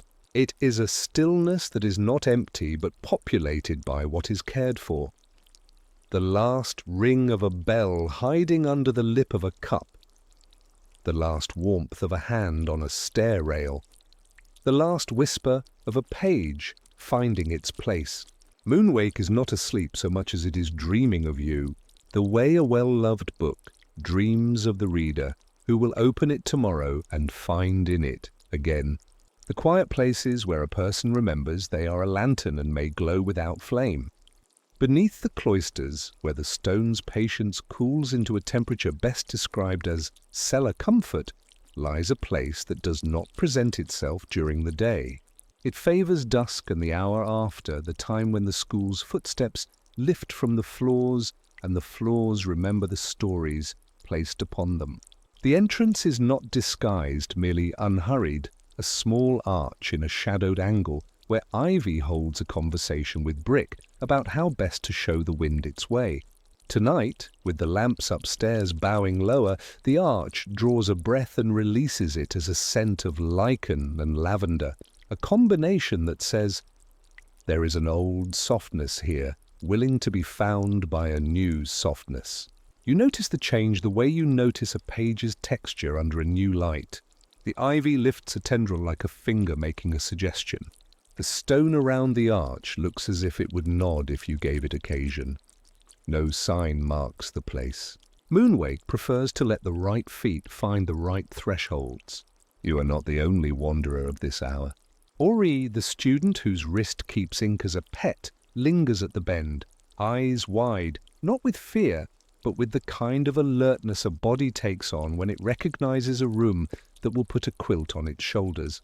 Mr. Berwick is returning from some errand that involved leaving lemon drops in places only he can think to leave them. He pauses without entering. "She's been waiting," he remarks to the arch, and to you and to the night in general. "Best go gently and remember to listen with the parts of you that don't use ears." He taps the keys against his palm as if to teach them patience, and continues on. A ferry of comfort moving through a river of stone. Within the passage stoops. Stooping is not submission here. It is consent to closeness. The ceiling descends as if to hear you better. The walls lean a little, the way friends lean in when a story turns important. The floor is worn with the passage of those who owned more wonder than haste. Lanterns bloom in niches like pale mushrooms, their caps pooled in friendly light, and under each is a basin of water, so still it makes a mirror jealous. The basins do not reflect faces. They reflect the shape of a person's being right now, sometimes a ripple at the edge, sometimes a steady shine at the center. When you pass, the water hardly stirs. This is a compliment. A stirring would mean you came with too much wind. The grotto prefers to give you its wind, which is the careful draught of long corridors, remembering the sea that made their stone. The grotto of forgotten echoes does not collect voices that bounce. It keeps the ones that rested, the ones that decided to set down the burden of travelling any further into air. Along the walls hang small bells in the shapes of thimbles, acorns, closed peonies, and tiny slippers. Each houses an echo that once belonged to a laugh or a lullaby, to the ritual sound of a spoon in a cup, to the satisfied "oh" of a window closing against rain. If you place a fingertip on a bell, it hums the memory into your finger and up your arm and settles a little weight just under your collarbone, where contentment lives when it is not visiting someone else. Ori presses an acorn bell. Their shoulders lower a quarter inch. It sounds like my grandmother teaching me to knit without being cross about mistakes, they whisper, because the echo has taught them to lower their voice while it tells its small truth. Deeper in, the stone opens into a chamber shaped as if a sigh decided to be a room. The ceiling is low enough to make giants modest and high enough to make shy people taller. In the center stands a pillar of mineral, the slow patience of water translated into hardness, its surface glossy as good manners. Embedded in the pillar are small glass beads like islands in a gentle sea. Each bead holds an echo, visible not as sound but as light with a memory. Here, a bead flickers with the warm gold of many summers of bees. There, a bead glows the blue of dawn on a winter window before anyone has breathed on it. You and Ori and a few others stand a while and become better listeners by osmosis. The pillar approves from its deep and geologic calm. On the far side of the chamber sits a long, low bench, upholstered in velvet, the exact color of a blessing when it is still deciding where to land. Upon it rests a ledger, not of names but of kindnesses. The dream scribes maintain it, but the grotto writes in it too. The script is a blend of hands and handlessness. Entries read like this: a door that waited, a question that chose to be less sharp, a student who did not know they were a lantern until someone sat beside them in the dark. The ink shifts shade as if catching light through leaves. A page halfway through the ledger is turned down. You lift it, consenting to be the one who sees. The entry is yours, though you did not write it. A listener who understood that listening is its own answer. Ori finds a hollow in the wall where small objects, tokens, not offerings, nestle together. There, a button relieved to be found after 3 years under a dresser. There a ribbon retired from hair and promoted to bookmark. There a scrap of paper with the words, "It wasn't your fault," written in a hand that knew. Ori adds a pencil shaving, a curl of wood like a whisper in a shell. "I was saving it for a moment," they say. This is the moment. You reach in your pocket and discover, with the audience of the night, that you have been carrying a small square of woven cloth, warm with Gran Moss's patting. You lay it with the others, and the hollow seems to breathe more deeply, as if its lungs knew your square belonged. In the corner, where corners happen despite the absence of angles, a pool gathers the grotto's distilled attention. It is not deep. It is endless. The difference matters only to those who fear falling. The surface reflects no faces, no ceiling, only a long, gentle road of grey-blue quiet. Professor Pow arrives the way dew arrives, alive and modest. "We do not draw prophecy from this water," she says, in her voice that goes around stones. "We draw reassurance. Watch until you notice something you have always known and forgot to honor." The pool does not rush to reveal. It waits. That waiting is itself the beginning of reassurance. The longer you look, the more you see the water practicing being water. And in the seeing you recognize the mirror you needed, one that shows you not how you look, but how you behave when you are free to be kind to your own breath. When someone speaks here, the grotto keeps the words in its palm for a moment before letting them become air. "I have been afraid of endings," says a voice, not loud, not small. The grotto weighs the sentence, removes the part of it that thinks fear disqualifies a person from goodness, and returns it lighter. "I think I have been afraid of endings," the voice amends, and the amendment fits. The echo that returns is not the original. It is the echo that the original hoped to grow into. Another says, "I do not know how to stop thinking." The grotto saves the useful edge of the sentence, its willingness, and returns. I am learning how to stop thinking. I must stop thinking. There are nods. The pillar gleams, approving of this precise kind of sincerity, the kind that does not stab, the kind that dresses itself in wool before leaving the house. On a ledge near the pool sit cups. They are filled with water that has belonged to the grotto for longer than anyone can politely inquire. The water tastes like patience practiced until it has become tender. Professor Powell hands a cup to Ori, one to you, one to a person whose shoes suggest they are learning to walk without apologizing for existing. Sip, she says. Let your mouth remember that you were designed to taste what is not complicated. The water goes into bodies accustomed to tea and honey and soup and kindness, and it is recognized by all of them. The swallow makes a sound it would be hard to spell, but easy to embroider, a small thread looping through the throat and fastening behind the heart. The grotto is a teacher in the simple mode. It passes a cup. You drink. You become a little more like yourself. At the grotto's edge, a passage continues into darkness that does not frighten, only declines to entertain. No one goes there because there is no invitation.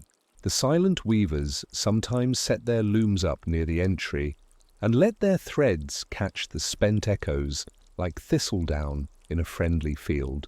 The echoes settle and become part of the fabric, which then becomes part of a pillow, which then becomes part of a night, which then becomes something someone is grateful for at breakfast without knowing why. It is enough to know that gratitude has a geography, and this grotto is on its map. There is a small craft moored to a ring at the near bank, no oars, no sail, only a plank of polished wood fitted with a low back and room enough for two to sit with their knees touching. It is called the Recollection Seat. The river carries it where it wishes for as long as it wishes and returns it when the river and the rider agree the ride is done. Tonight, Professor Powell gestures to you and Ori. If you like, she says.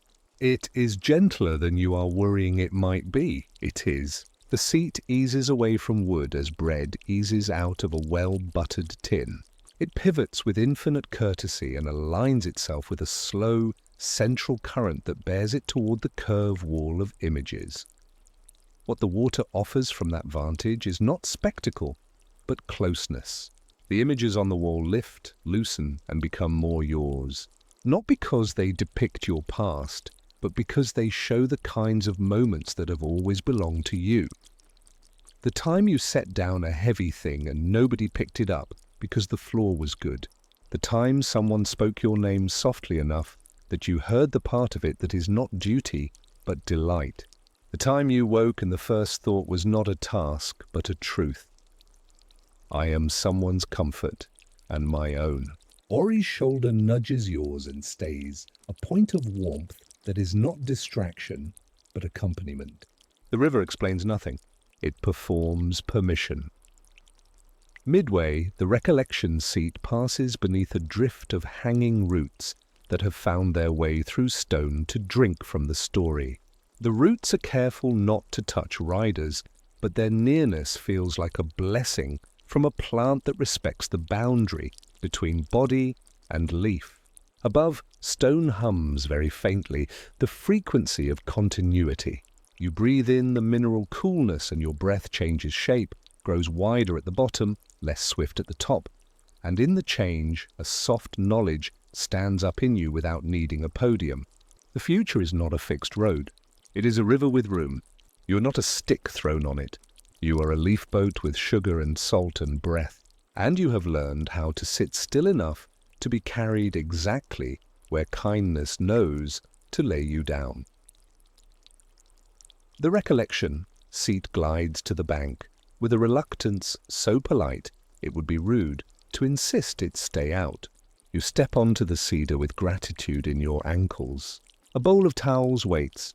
They are warm as if they have been told a joke and are still holding the punchline between their threads.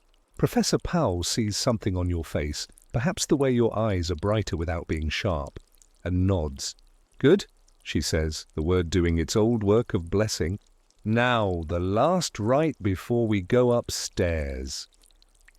She lifts from a basket small, smooth stones of the riverbed, each etched in the faintest of lines with a symbol that is less letters than the memory of being understood.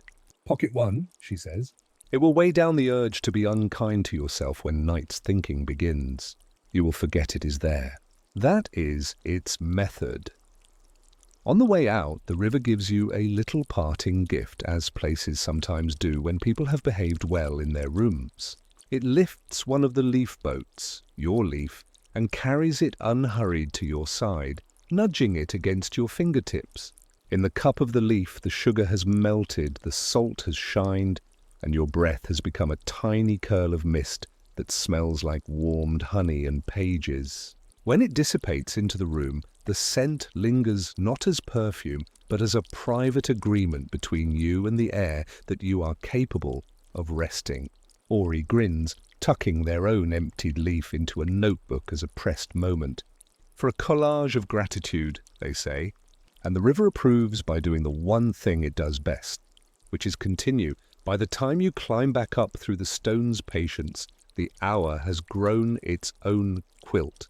Footfalls have softened to the volume of thinking, voices to that of soup spoons resting in bowls. The corridor remembers that it is a bridge between water and fire, between the timeless river and the hearth that holds time still enough for chocolate to melt. Professor Pow's pencil hairpin catches a lamplight and glows as if it has just finished writing a reassuring margin note in the day. Back to the room that knows our names, she says. The words do not command. They beckon.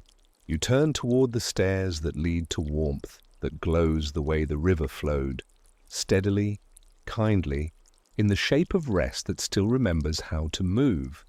The climb from water to fire is very nearly a ceremony, though no one calls it that. Steps agree to be shallow. Banisters take your palms and give back heat, saved from earlier hands. On the landing, a window holds a square of night with a star stitched into it by a thread you cannot see. You pause, because pausing is what the square requests, and your breath reflexively grows more companionable. The school too pauses when you do, a nearly imperceptible easing of creaks and drafts, as if Moonwake prefers to teach by example. Take rest as seriously as you take kindness, for they are siblings and often mistaken for one another in the half-light.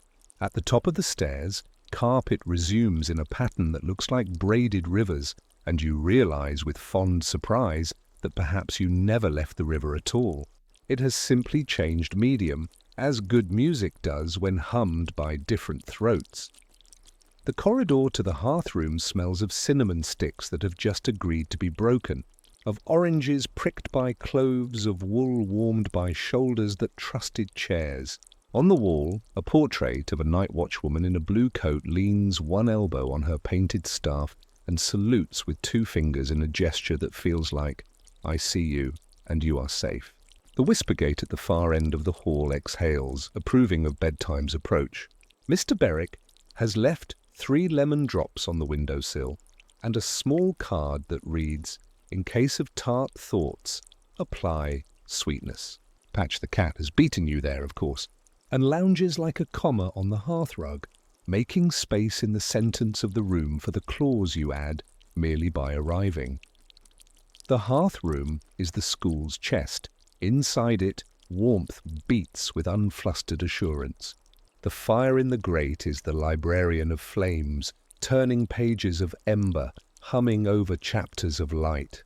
Chairs gather as familiars gather, with the ease of habits formed lovingly. Some chairs prefer readers and angle their arms to cradle elbows. Some prefer sleepers and sink their seats half an inch more the instant a head begins to tilt.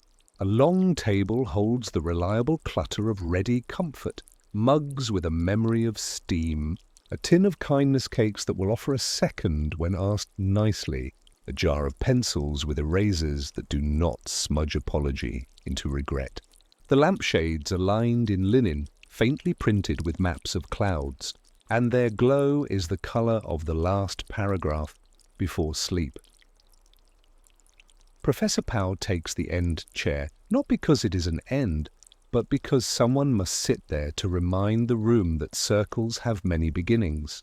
She sets her pencil on the arm, not as a baton, but as a promise that words will behave. Ori perches on a footstool and promptly becomes a nest, knees up, notebook open to a page that seems already satisfied, as if the paper had been told in advance that a gentle sentence would arrive. Others filter in, the dream scribe with ink like wells and patience like shade. Gran Moss carrying a basket of squares cut earlier from the weaver's cloth, each square warm from having been important. A lantern from the mezzanine, invited to attend and learn how rooms make night easy. Even the air sits, relieved to be indoors for a while. The lesson here is not new, which is precisely why it matters. We return, Professor Powell says, to practice the return. She lifts one of Gran Moss's cloth squares and drapes it over the back of her hand. To come back from water to fire is to join two ways of remembering, the flow that carries and the glow that holds. What did the river show you that belongs in a hearth? Answers arrive like logs placed thoughtfully. Patience that warms rather than waits. The part of breath that widens at the bottom. A future that arrives as permission. As each is spoken, the fire answers with a mild crackle, not applause, agreement. Ori adds that I am a leaf boat with sugar and salt and breath. The room adopts the phrase without ceremony. Sometime tomorrow it will appear stitched discreetly into the corner of a quilt. There is a practice called laying in. It is older than most of the building and gentler than its name. Each person takes a small object, stone, ribbon, button, leaf, and places it in the wide bowl on the hearth, naming not a wish, but a kindness already underway. For the tea that will arrive before we know we want it. For the door that will stick, just long enough to ask if we really meant to leave. For the letter, I will write to the part of me that thought endings were enemies when the bowl is full. the dream scribe closes the ledger on their lap, as if to keep the warmth safe between pages. They will write none of this down. Not everything needs ink. Some things need glow. When at last people stand to go, the grotto rehearses with them the act of leaving without loss. The bells hush, neither offended nor clingy. The pillar keeps the glow of bees for whoever needs it next. The basins maintain their surfaces, lightly pretending to be nothing more than water in bowls, while continuing to be bowls that show people their own presentness. At the arch, the ivy rescinds its finger and resumes its general philosophy of elegant adherence. Mr. Berwick, passing again because passing is what corridors persuade him to do, smiles into the evening air that now accompanies you. "Well then," he says to no one and to all the right ones, "that will have helped." The night agrees, not loudly. Agreement at this hour arrives like a blanket straightened on a bed already made, not necessary, only better. The way to the river is not marked by arrows. It is marked by a feeling that the floor has decided to become a shoreline. After the grotto's soft farewell, the corridor widens and lowers as if stooping to drink. There is a change in the air, a coolness with the friendliness of well water, and the walls glimmer with mica like faint stars, content to be small. Professor Powell walks ahead without hurrying, and the light seems to walk with her in a way that is not obedience so much as companionship. Ori keeps one hand skimming the stone, not to steady themselves, but to be courteous to the old mineral that keeps company with footsteps. Somewhere a sound begins that is almost silence with motion inside it, the hush of water moving with complete permission. It is the sound of time enacted kindly, not the minute hand's insistence, but the long breath of remembering and being remembered back. The river chamber is not grand. It is generous. It opens on a wide, slow ribbon of water that moves with the composure of someone who has stopped apologizing for taking up space. Lamps set in niches glow like small moons melted into sandstone. The water carries no glare. It carries histories grown soft at the edges, the sort that hold you without clutching. At the near bank, low platforms of cedar invite sitting, and the wood is rubbed to a gloss only many patient hands can make. Across the river, the far wall curves in a cradle, and on that curve shine faint, itinerant images, the river's way of telling stories to itself. You do not see faces so much as gestures, the offering of a cup, the opening of a window, the bend of a willow under snow, and you feel in your chest the shape of your own small goodnesses answering them. A basket of leaf boats waits on a bench. Each is a broad, waxy leaf sewn with a stitch as neat as a heartbeat. "Choose one," Professor Powell murmurs. They were made by the gardeners of listening, with twine twisted from the fibres of a season that forgave itself. The river accepts passengers sometimes. Tonight, it accepts messages. She demonstrates in the leaf's centre. She places a crumb of ginger, a grain of salt, and a breath on purpose. "A sweetness, a keeping, and yourself," she says. That is enough to keep a message steady. When she sets the boat upon the surface, the river takes it without fuss, pivots it once as if introducing boat to current and current to boat, and bears it forward in the middle's slow lane. Ori chooses a leaf mottled like a dappled cat and places in it a sliver of graphite from their pencil, a proof that ideas can be small and still be entirely made of carbon and intention. You choose a leaf as round as a listening ear. Into it you place the tiniest corner of the woven square gran moss once tucked into your pocket, a pinch of sugar saved from a kindness cake, and a breath that carries the word thank you so softly it is more texture than sound. The river accepts them. It is not a place that challenges motives. It trusts the hands that set small things afloat. The boats drift with the gravity of lullabies, moving, yes, but not toward endings. The leaf that holds your breath tilts, decides against drama, and rights itself with the patience of an old clock.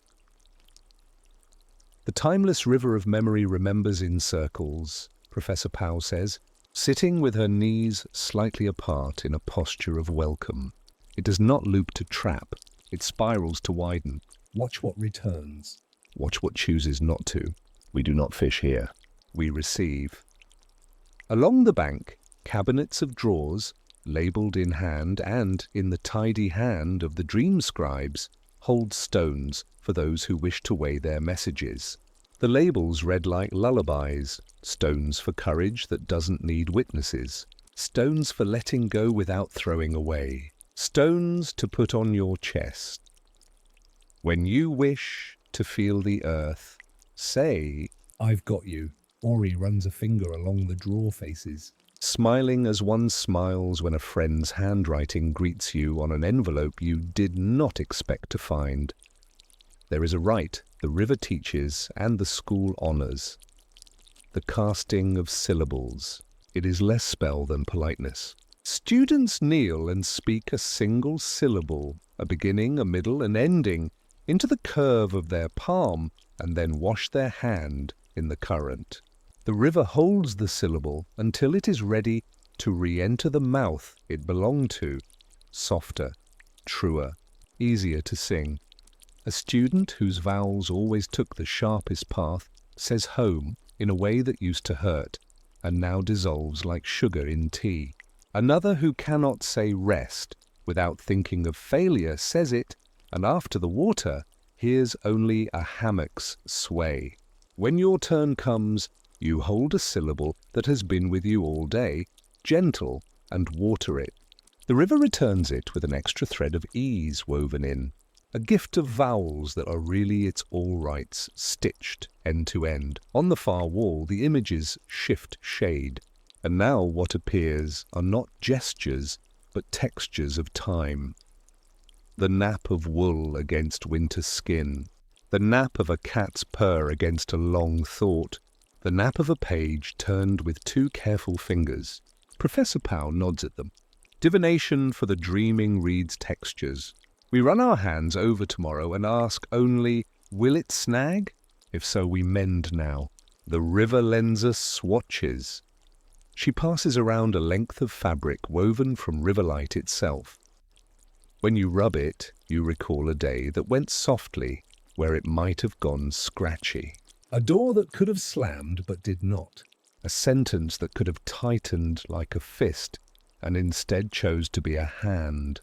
You remember not outcomes but the felt sense of mercy, and in remembering it, your body practices again the posture that made it possible. To the left, a gentle apparatus sits like a child's toy reimagined by a caretaker of time, a wheel with ribbons attached that trail into the water. It is called the Rememberer's Mill. Students clip to the ribbons tiny wooden tokens carved with small things they hope not to forget. The sound of rain being pleased with leaves, the warmth left on a bench by a stranger, the taste of pear at breakfast when nobody hurried. The current turns the wheel at the speed of a dozing breath.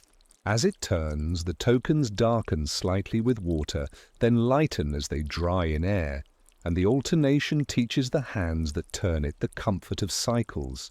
Halves of things complete themselves here. Wake folds into sleep, effort folds into ease, and attention folds into the gentle manner of love that does not need to be spoken to be true. Or Rai, who keeps their notebooks like nests, pulls out a small page and writes without theatrics. It is not a poem and is therefore very nearly perfect. It says, "When I am tired, I will sit by the water that knows everything without trying." They fold the page twice, then again, then tuck it into a slot labeled yours. Later, the slot leads to a tiny chute that empties. So the Dream scribes have told into the drawer by their bed, where they will find it on some future morning when they most need to read words they like because they wrote them in a room kind enough to have heard them first. The river approves of such loops. It smiles in ripples that do not trouble a single leaf messenger. At certain hours, the timeless river permits the floating of lanterns, not for mourning, for gratitude. The lumen keepers arrive with bowls of light, each bowl no heavier than a memory that no longer stings. They set the bowls upon the water, where they move with the currents like commas in a sentence that wants to be kind. The lanterns carry inscriptions the river reads but does not repeat. You glimpse in passing, "Thank you for the patience that found me when I was all sharp corners. Thank you for the warm mug on the night I feared the cold was me. Thank you for letting me leave and loving me when I came back." The bowls drift, reflect, and then sidle to the bank to be caught by nets that look like lace and feel like a hand catching another hand in the dark. The last hour is not a cliff. It is a shoreline where waves agree to be small. Books in the lantern light library begin the soft work of closing, pages leaning toward one another as eyelids lean into the hand that rubs them once, twice, with sleep.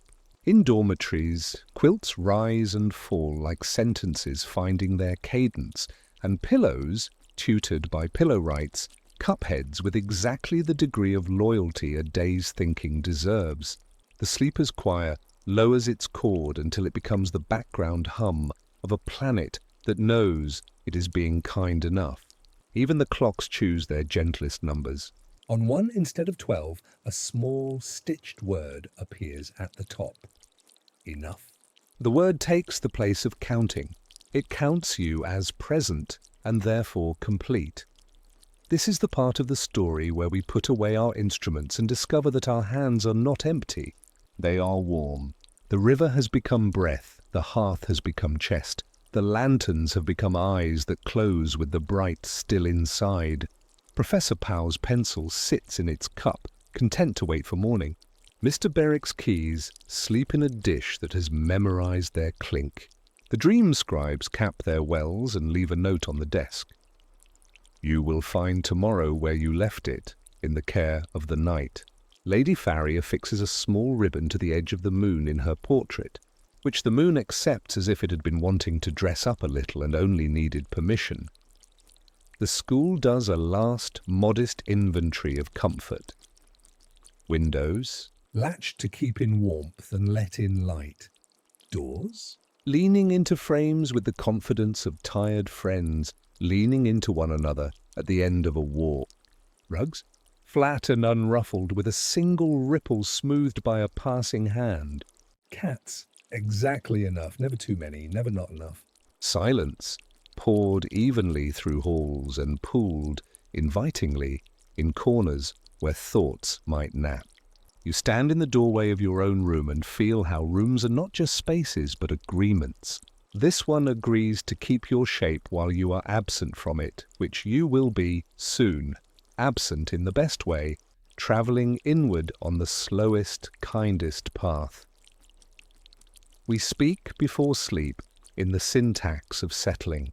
You lay out clothes for the morning, not to command tomorrow, but to bless it with ease. You tuck the ribbon beneath your pillow so its lightness can teach your heavier thoughts a trick or two. You place the river stone in the little dish beside the bed and notice how dishes are altars, if what you worship is the practice of returning small things to where they belong. You sit on the edge of the mattress, which rises to meet you with the exact right amount of give, and you tell the mattress, "Thank you." It answers in springs and batting and memory foam vowels. What divination remains is of the dearest sort. You divine that the next minutes will be kind, and in the divining you make it so if there is anything left to mend. The silent weavers catch it at the edge of the night and give it 2 or 3 deft stitches you will not feel but will benefit from. If a word remains to be written, the dream scribes write it in the margin of your breath so that you can read it when you exhale into sleep.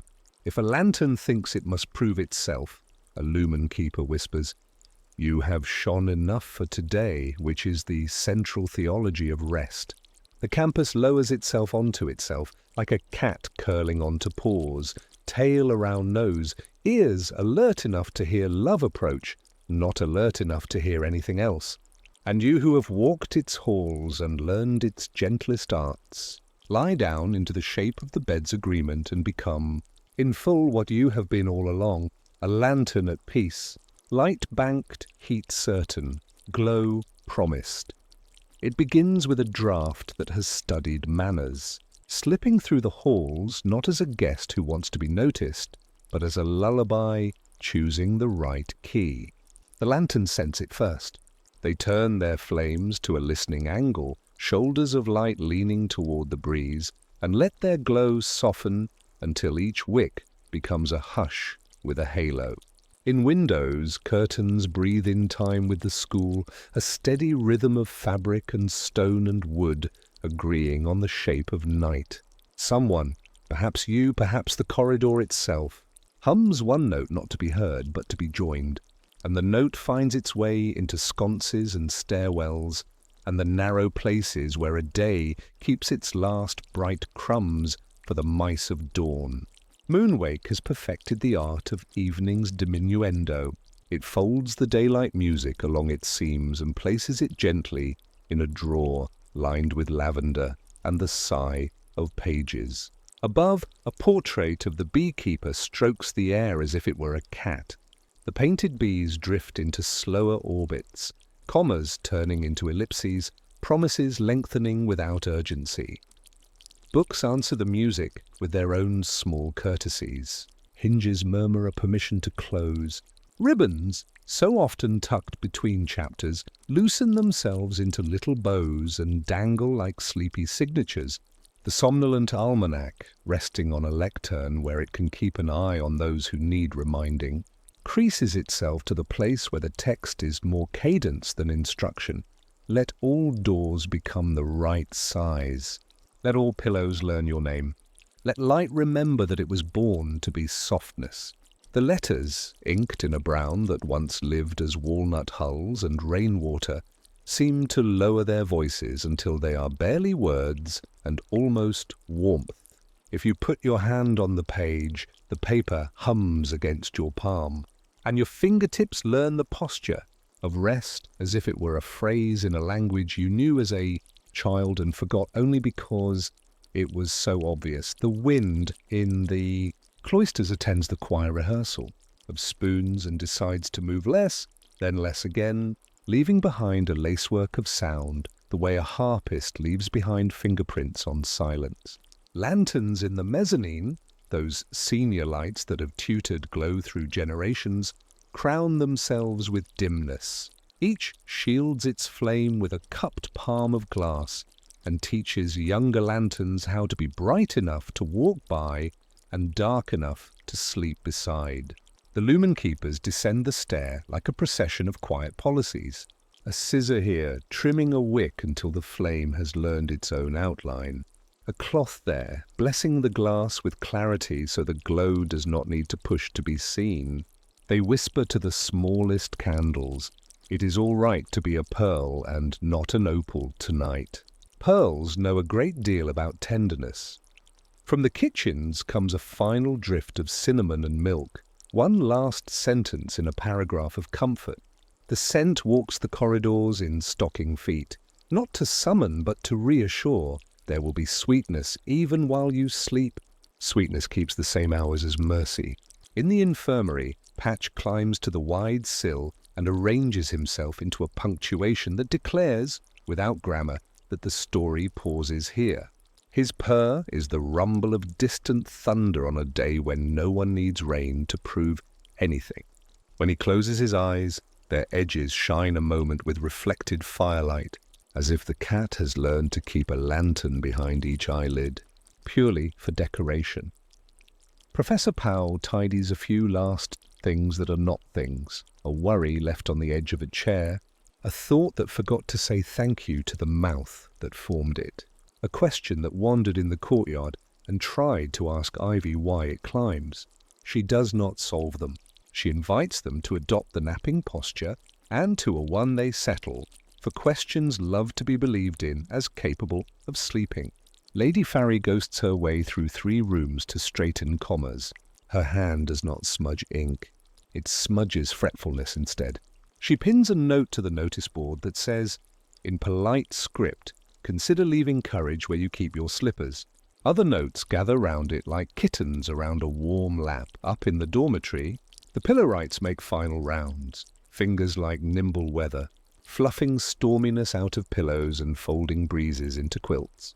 They leave at each bedside a quiet thing, a sleep pebble under the edge of the sheet, a bit of ribbon slack enough to represent permission, a square of woven cloth still carrying the grotto's cool. The weavers have already run their silver through the rafters, knitting drafts into shawls of calm. The dream scribes, last to pause, set a stack of small cards on the table by the door. Each card is blank except for a watermark that appears only in lamplight, a lantern with its flame tipped toward rest. A student who wakes in the night to write one sentence for their sleeping self will find the watermark rising into ink, an ember kissing paper. This is the hour of Latch's learning kindness. The Whispergate accepts its catch with a click that sounds like 2 friends agreeing not to overcomplicate their goodbye. The classroom of divination for the dreaming, the smallest one, the one with the hatch, where the cat's paw of light arrives at dusk, inhales through the crack under its door and recognizes in the breath the tea its people drink and the chalk their pencils prefer. It sleeps as rooms do when they are certain tenderness will return. The room of warm biscuit smell exhales a secret inventory. 3 crumbs, a remembered joke, a gratitude with its sleeves rolled up, and the ghost of steam that keeps its jacket by the peg even as it wanders. In one corner, the sleepers' choir hums the note that means mattresses are being reminded how to cradle knees and shoulders that have done the labor of being bodies. The hum blends with the pop of sap in a log and with the lilting rhythm of Professor Powell's voice as she reads a passage from the somnolent almanac, a page that smells even from here of anise and lavender and summers that forgave. It speaks of the art of closing, which is not shutting doors but guiding them to their frames with 2 fingertips and a smile. It instructs lamps in the etiquette of dimming and mirrors in the grace of letting go of faces until morning. It suggests that when you remove your shoes, you might also remove the habits that pinch, and that both will be by the door waiting for you. Improved by a night's rest, or if not improved, at least not worse. Cocoa appears, as cocoa does at schools that have decided love ought sometimes to be edible. The mugs are thick, lined in glaze the colour of friendly skies, and the surfaces go glossy with a skin that breaks with a sigh. Someone, perhaps the kitchen's particular sprite, has placed beside each mug a thin square of chocolate stamped with a lantern. When you lay it on your tongue, it melts and leaves behind the faint, hopeful taste of orange. Patch the cat sidles between ankles, approving of the heat. You are reminded of the river's bowls of light and feel the delightful echo of continuity, that brightness can be sipped and warmth can be floated, and both are lessons remembered best by the body. A small ceremony, almost too small to be called such, closes the hour. It is the ribboning. Each person takes a length of ribbon from a jar on the mantel. The ribbons are the exact weight of a soft decision, and ties it loosely around their wrist or slips it into a pocket. The ribbon is not a promise to be better. It is an agreement to be tender. It will not tighten if you forget. It will wait and then be glad when remembered. Professor Powell ties hers with a knot that looks like a sentence ending in a friendly period. Tomorrow, she says, we will read the steam again and the mirrors again and our own breath again. But the reading is not for answers. It is to keep us company. Tonight, the company is us. The room likes the line and keeps it. Students rise in the fashion of those who have been listened to. Taller without standing straighter, calmer without diminishing. The chairs recalibrate their seats, storing the shape of you for another evening when you will need to be recognized by furniture. Gran moss presses a cloth square into your palm. It is warmer than it should be and exactly as warm as it needs to be. Ori loops their ribbon twice and tucks the tails into their sleeve like a secret, in the best sense of the word. The lantern that attended dips, the flame inside bowing in a gesture borrowed from bows and from certain well-bred flowers. It has learned, as hoped, that rooms make night easy by agreeing together to hold. On the threshold, Mr. Berwick appears with the timing of one who loves good exits. He offers a tin with 2 remaining kindness cakes. For your pockets, he says to anyone and everyone, but his gaze is a little proud when it flicks to you. Insurance against sharp corners. Lady Farry floats through the door and rearranges a comma on the chalkboard, so the sentence reads not like instruction, but like invitation. The fire, having accomplished what fire came to do, settles. One last lemon drop winks from the sill. Patch decides to walk you to the door, because cats understand ceremonies without reading them. You step into the corridor, which is the school's long, patient exhale. The rugs receive you. The portraits drowse. Somewhere a window finishes cooling, and the last line of the almanac closes its eyes.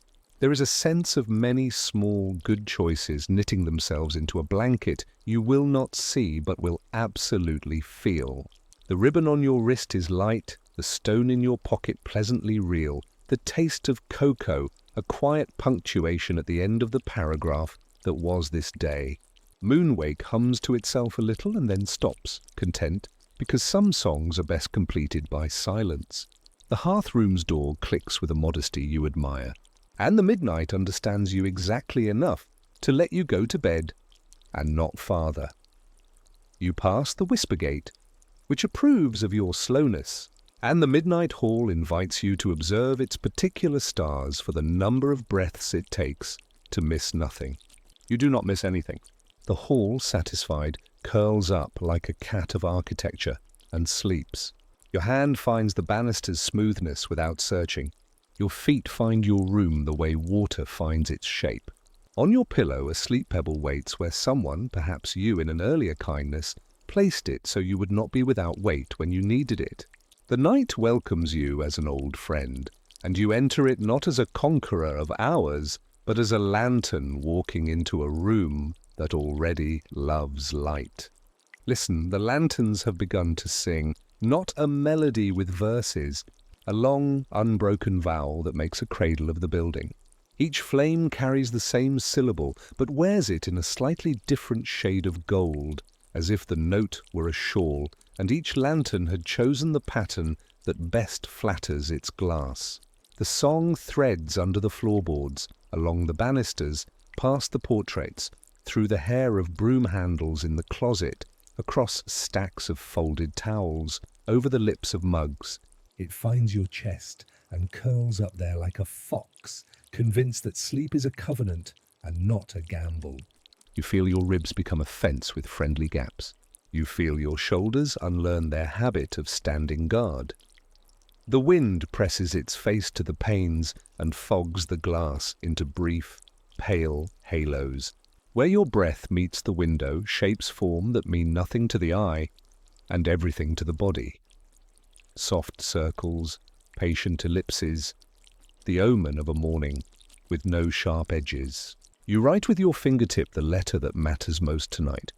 Oh, the shape of mouths at rest, the shape of cups, the shape of lanterns, the shape of a hug. The condensation takes the script and lowers it into the page of glass, a bookmark only you can read, which is enough. In the library, the index owls record a last set of entries for the day. Dreams that smelled of pine. Memories repaired by sitting near fire. Lives improved by leaning the right amount. One owl glides to the listening nook, taps the velvet bench with one claw as if blessing it, then tucks its head and becomes an elegant heap of permission. The lanterns at the mezzanine fold their light down as one might fold a napkin whose work is gladly done. In the division of so forth, a book slides a fraction deeper into its shelf, content to wait until someone who needs to read it wanders in thinking they are looking for something else and finds instead the exact weight of a paragraph that fits the palm. Across campus, the balcony of attentive breezes is attuned to the way leaves turn their pale undersides toward the moon, and does the same with its own curls of ivy. The breeze that is not wind, call it a thought that remembers how to move without rushing, drifts through and carries away the last of the day's insistencies. Below the courtyard settles, stones echoing one another, as stones do when they choose to be chorus instead of audience. The grand clock hides its face behind a cloud it has kept for such purposes.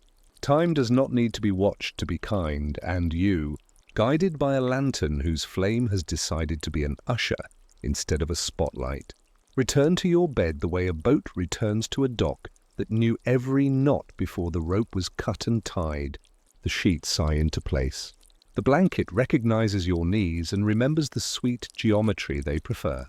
The pillow makes a lowercase letter of your head and lines it rightly in the sentence of the night. Overhead, rafters hum the note that keeps beams from wandering. Under your hand the sleep pebble sits, round as the moon and as unboastful. If you place it at the notch above your heart, the pebble tells your sternum a story about rivers and chairs. And the sternum, which collects such tales and reads them by pulse light, glows with comprehension. Outside your window, lanterns in the quadrangle sway on their hooks the way slow dancers sway to a song that is mostly memory. They cast cones of gentleness upon the flagstones, and inside each cone a small quiet thing happens. A moth lands and decides to simply be a moth. A falling leaf does not hasten. A spider chooses not to proofread her web. Above even that, the moon writes her letter to the lake and the rooftops and the archive of tidiness and the cats and the geese who agreed to gossip elsewhere.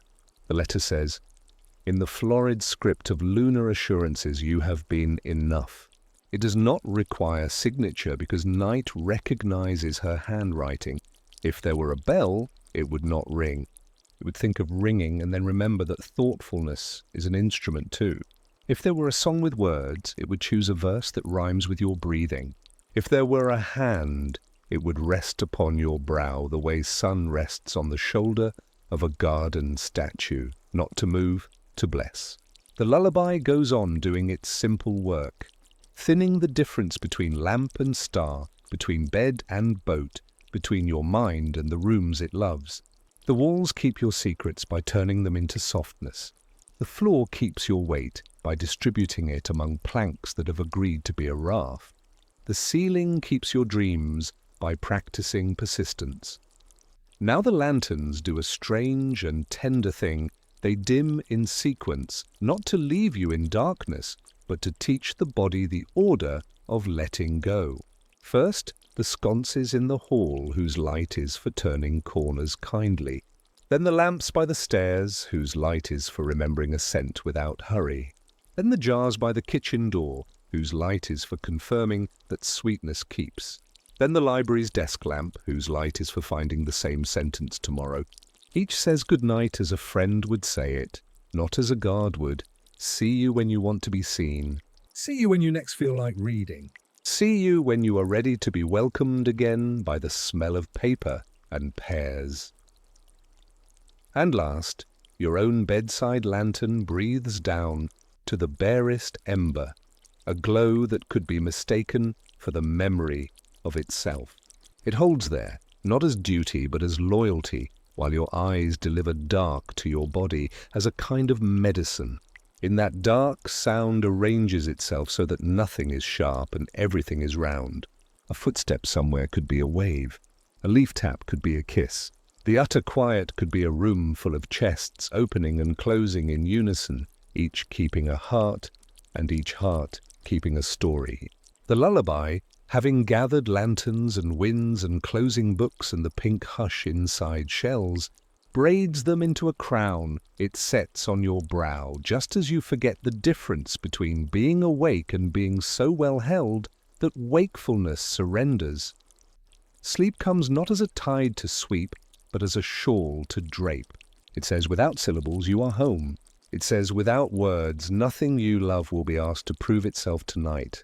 It promises without parchment morning will arrive by the same door you use to exit worry. If a thought knocks, sleep will answer and say, the person you are asking for has gone to bed, and you must be gentle with their dreams. The thought, seeing the shawl and the glow left in the lantern's glass, will smile and agree to return in softer shoes, and in the room, in the school, in the generous architecture of Moonwake's patient stones, the lullaby holds. It fades by choice, which is to say, it does not fade at all. It becomes a layer in the plaster, a grain in the wood, a speck in the glass, the memory of a conclusion that will be re-invoked each night and thus never end. Lanterns lean over you like kind planets. Air becomes your favorite blanket. The page of the day closes with the bookmark of your hand on your own chest, and the book goes back to its shelf, pleased to wait, knowing it will be opened by the exact right reader in the exact right light. You. Tomorrow. This is the hour when the school turns the volume of itself to a murmur so low it becomes the ground upon which dreaming stands. All the work of the evening has been completed, the lantern lessons, the spoon choirs, the weaving of invisible ladders into the air above pillows. And now the only labour left is tenderness. Moonwake performs it without effort. The corridor settles into a long exhale that contains 1,000 smaller breaths. The portraits, bless them, choose to sleep in the moments between blinks, so that if a student were to open eyes and glance their way, they would not feel watched, only accompanied. The rugs become fields again, their constellations rearranging into maps of safe returns. Chairs flicker to and fro within the smallest tolerance of their legs to make sure that anyone waking will find them exactly where kindness placed them. Outside, the trees negotiate with the stars. We will keep the shapes you throw. You keep the stories we tell. The stars agree. Their language is the most ancient version of yes. A cloud, fat with patience, parks itself on the lip of the moon and says, take a moment. The moon does. In that pause, the river under the school, yes. There is one everywhere. There is always one. Pearls a little louder, then quieter, mimicking the way your breath has learned to move since listening to water instead of clocks. In the grotto of forgotten echoes, the bells are still, but their stillness is active, like a hand held open, ready to receive. The pillar carrying bee-light keeps its small radiance in case someone comes in need of summer at 3 o'clock. You beneath your quilt that smells faintly of afternoon pages becomes simpler with every breath. The mind's furniture, table, chair, the shelves with their tidy jars of dates and names remains, but the busy visitor who rearranges everything has gone. In the quiet, you can see the grain of the wood for what it is, a story that has already ended beautifully. If a thought arises, it wears slippers. If a memory approaches, it brings warm milk. If a plan peers in the window, it touches the pane gently, and then wanders to look for dawn, which is more its friend than night ever was. Your body, long accustomed to being your brave container, loosens the belt of muscle around the heart and lets the heart pad softly toward its own hearth. The school whispers assurances with the discretion of carpets. It says without saying, "You are safe."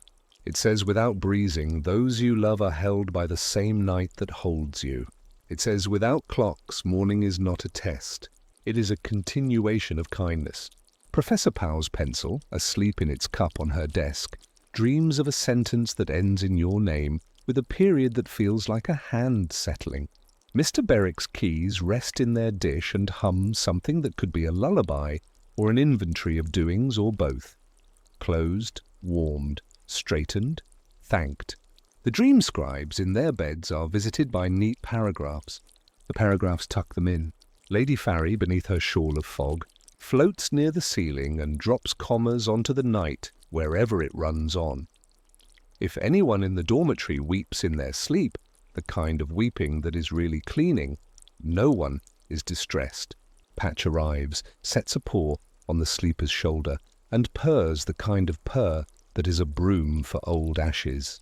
The weavers, feeling the thread of tears in their fingers, add it to the fabric and make of it a gleam. In the morning, the weeper will not remember.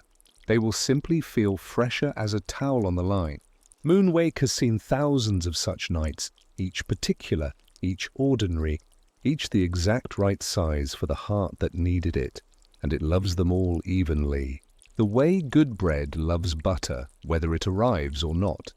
In the distance, an owl throws out a question mark. The campus answers with the kindest period imaginable, a full stop made of feather and warmth. Somewhere, a door tests its hinge and decides it is content. A window sighs and stops. A kettle, forgotten, remembers on its own to be cool. The roof holds off weather like a grandparent holds off worry, not in denial, but with an arm made of confidence. The night outside deepens the way ink deepens when blown upon, and in its depth, the outlines of your future glow with the faint green of things that will arrive on their own feet and sit politely on the edge of your bed and ask, "May I come in?" You will say yes because you have practiced yes without crowding no. Around this time, the lanterns begin their last service. One by one they close their eyes. The act is so gentle it feels like a courtesy extended to the dark rather than taken from the light.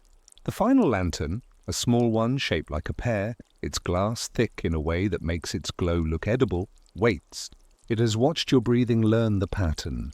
It has counted stirrings, 2, and murmurs, 3. And the number of times your hand rose from the quilt like a small boat cresting a small wave. It sees the moment when there is nothing to keep and no one to keep it. It dims with gratitude. In that dimming, the room reveals the shape of everything by not revealing anything at all. Sleep now enters its second act, the one where it sets the room on the stage of your body and invites dreams to rehearse kindness. There is the dream of a stair that ends perfectly at the floor. The dream of a cup always waiting on the cool stone by the door.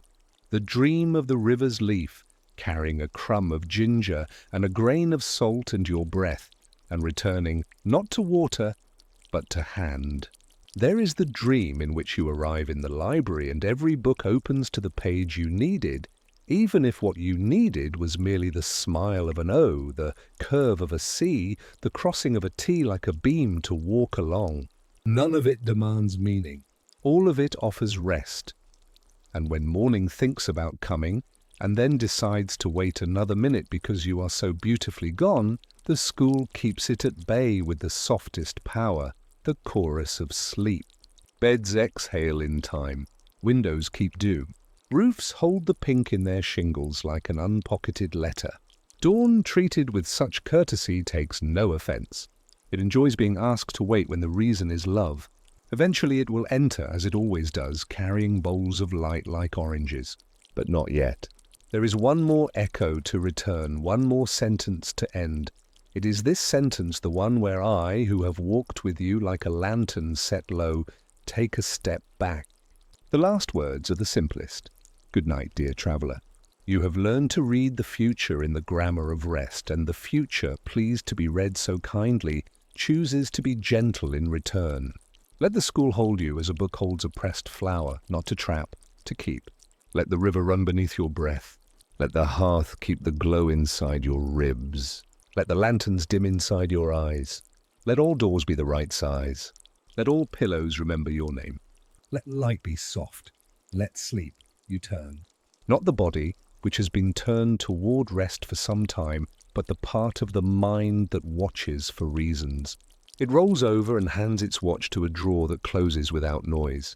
The drawer passes the watch to a cupboard. The cupboard passes it to a room. The room passes it to a building. The building passes it to a night. The night passes it to a sky. The sky passes it to the river. The river places it face down on a stone and lays a leaf over it. No more minutes. Only glow, only breath. Only the great and gentle quiet, which is not the absence of sound, but the presence of being so completely kept that sound can be itself without work. It is time, then, for silence to have the last word. It has earned it with patience. It says nothing, and in that nothing, everything sleeps. The lanterns lean in, and the night leans back, and between them you rest, the gentlest book in Moonwake's keeping. Tomorrow has set its cups on the sill and will pour when it's asked, but not yet. Now the pages ease to a hush, the ribbons slip and dangle like sleepy smiles, and the river of breath flows round the stones of your bones in slow, kind curves. You are wrapped in the school's practiced calm, chairs remembering your shape, quilts remembering your warmth, windows remembering the way your gaze softens when you're almost gone to dreaming. Nothing is required. Nothing is late. The future, reassured by your rest, treads lightly at the threshold and agrees to be tender. Good night, traveller. Let the room hold you. Let the dark be soft. Let sleep find you by name and answer yes.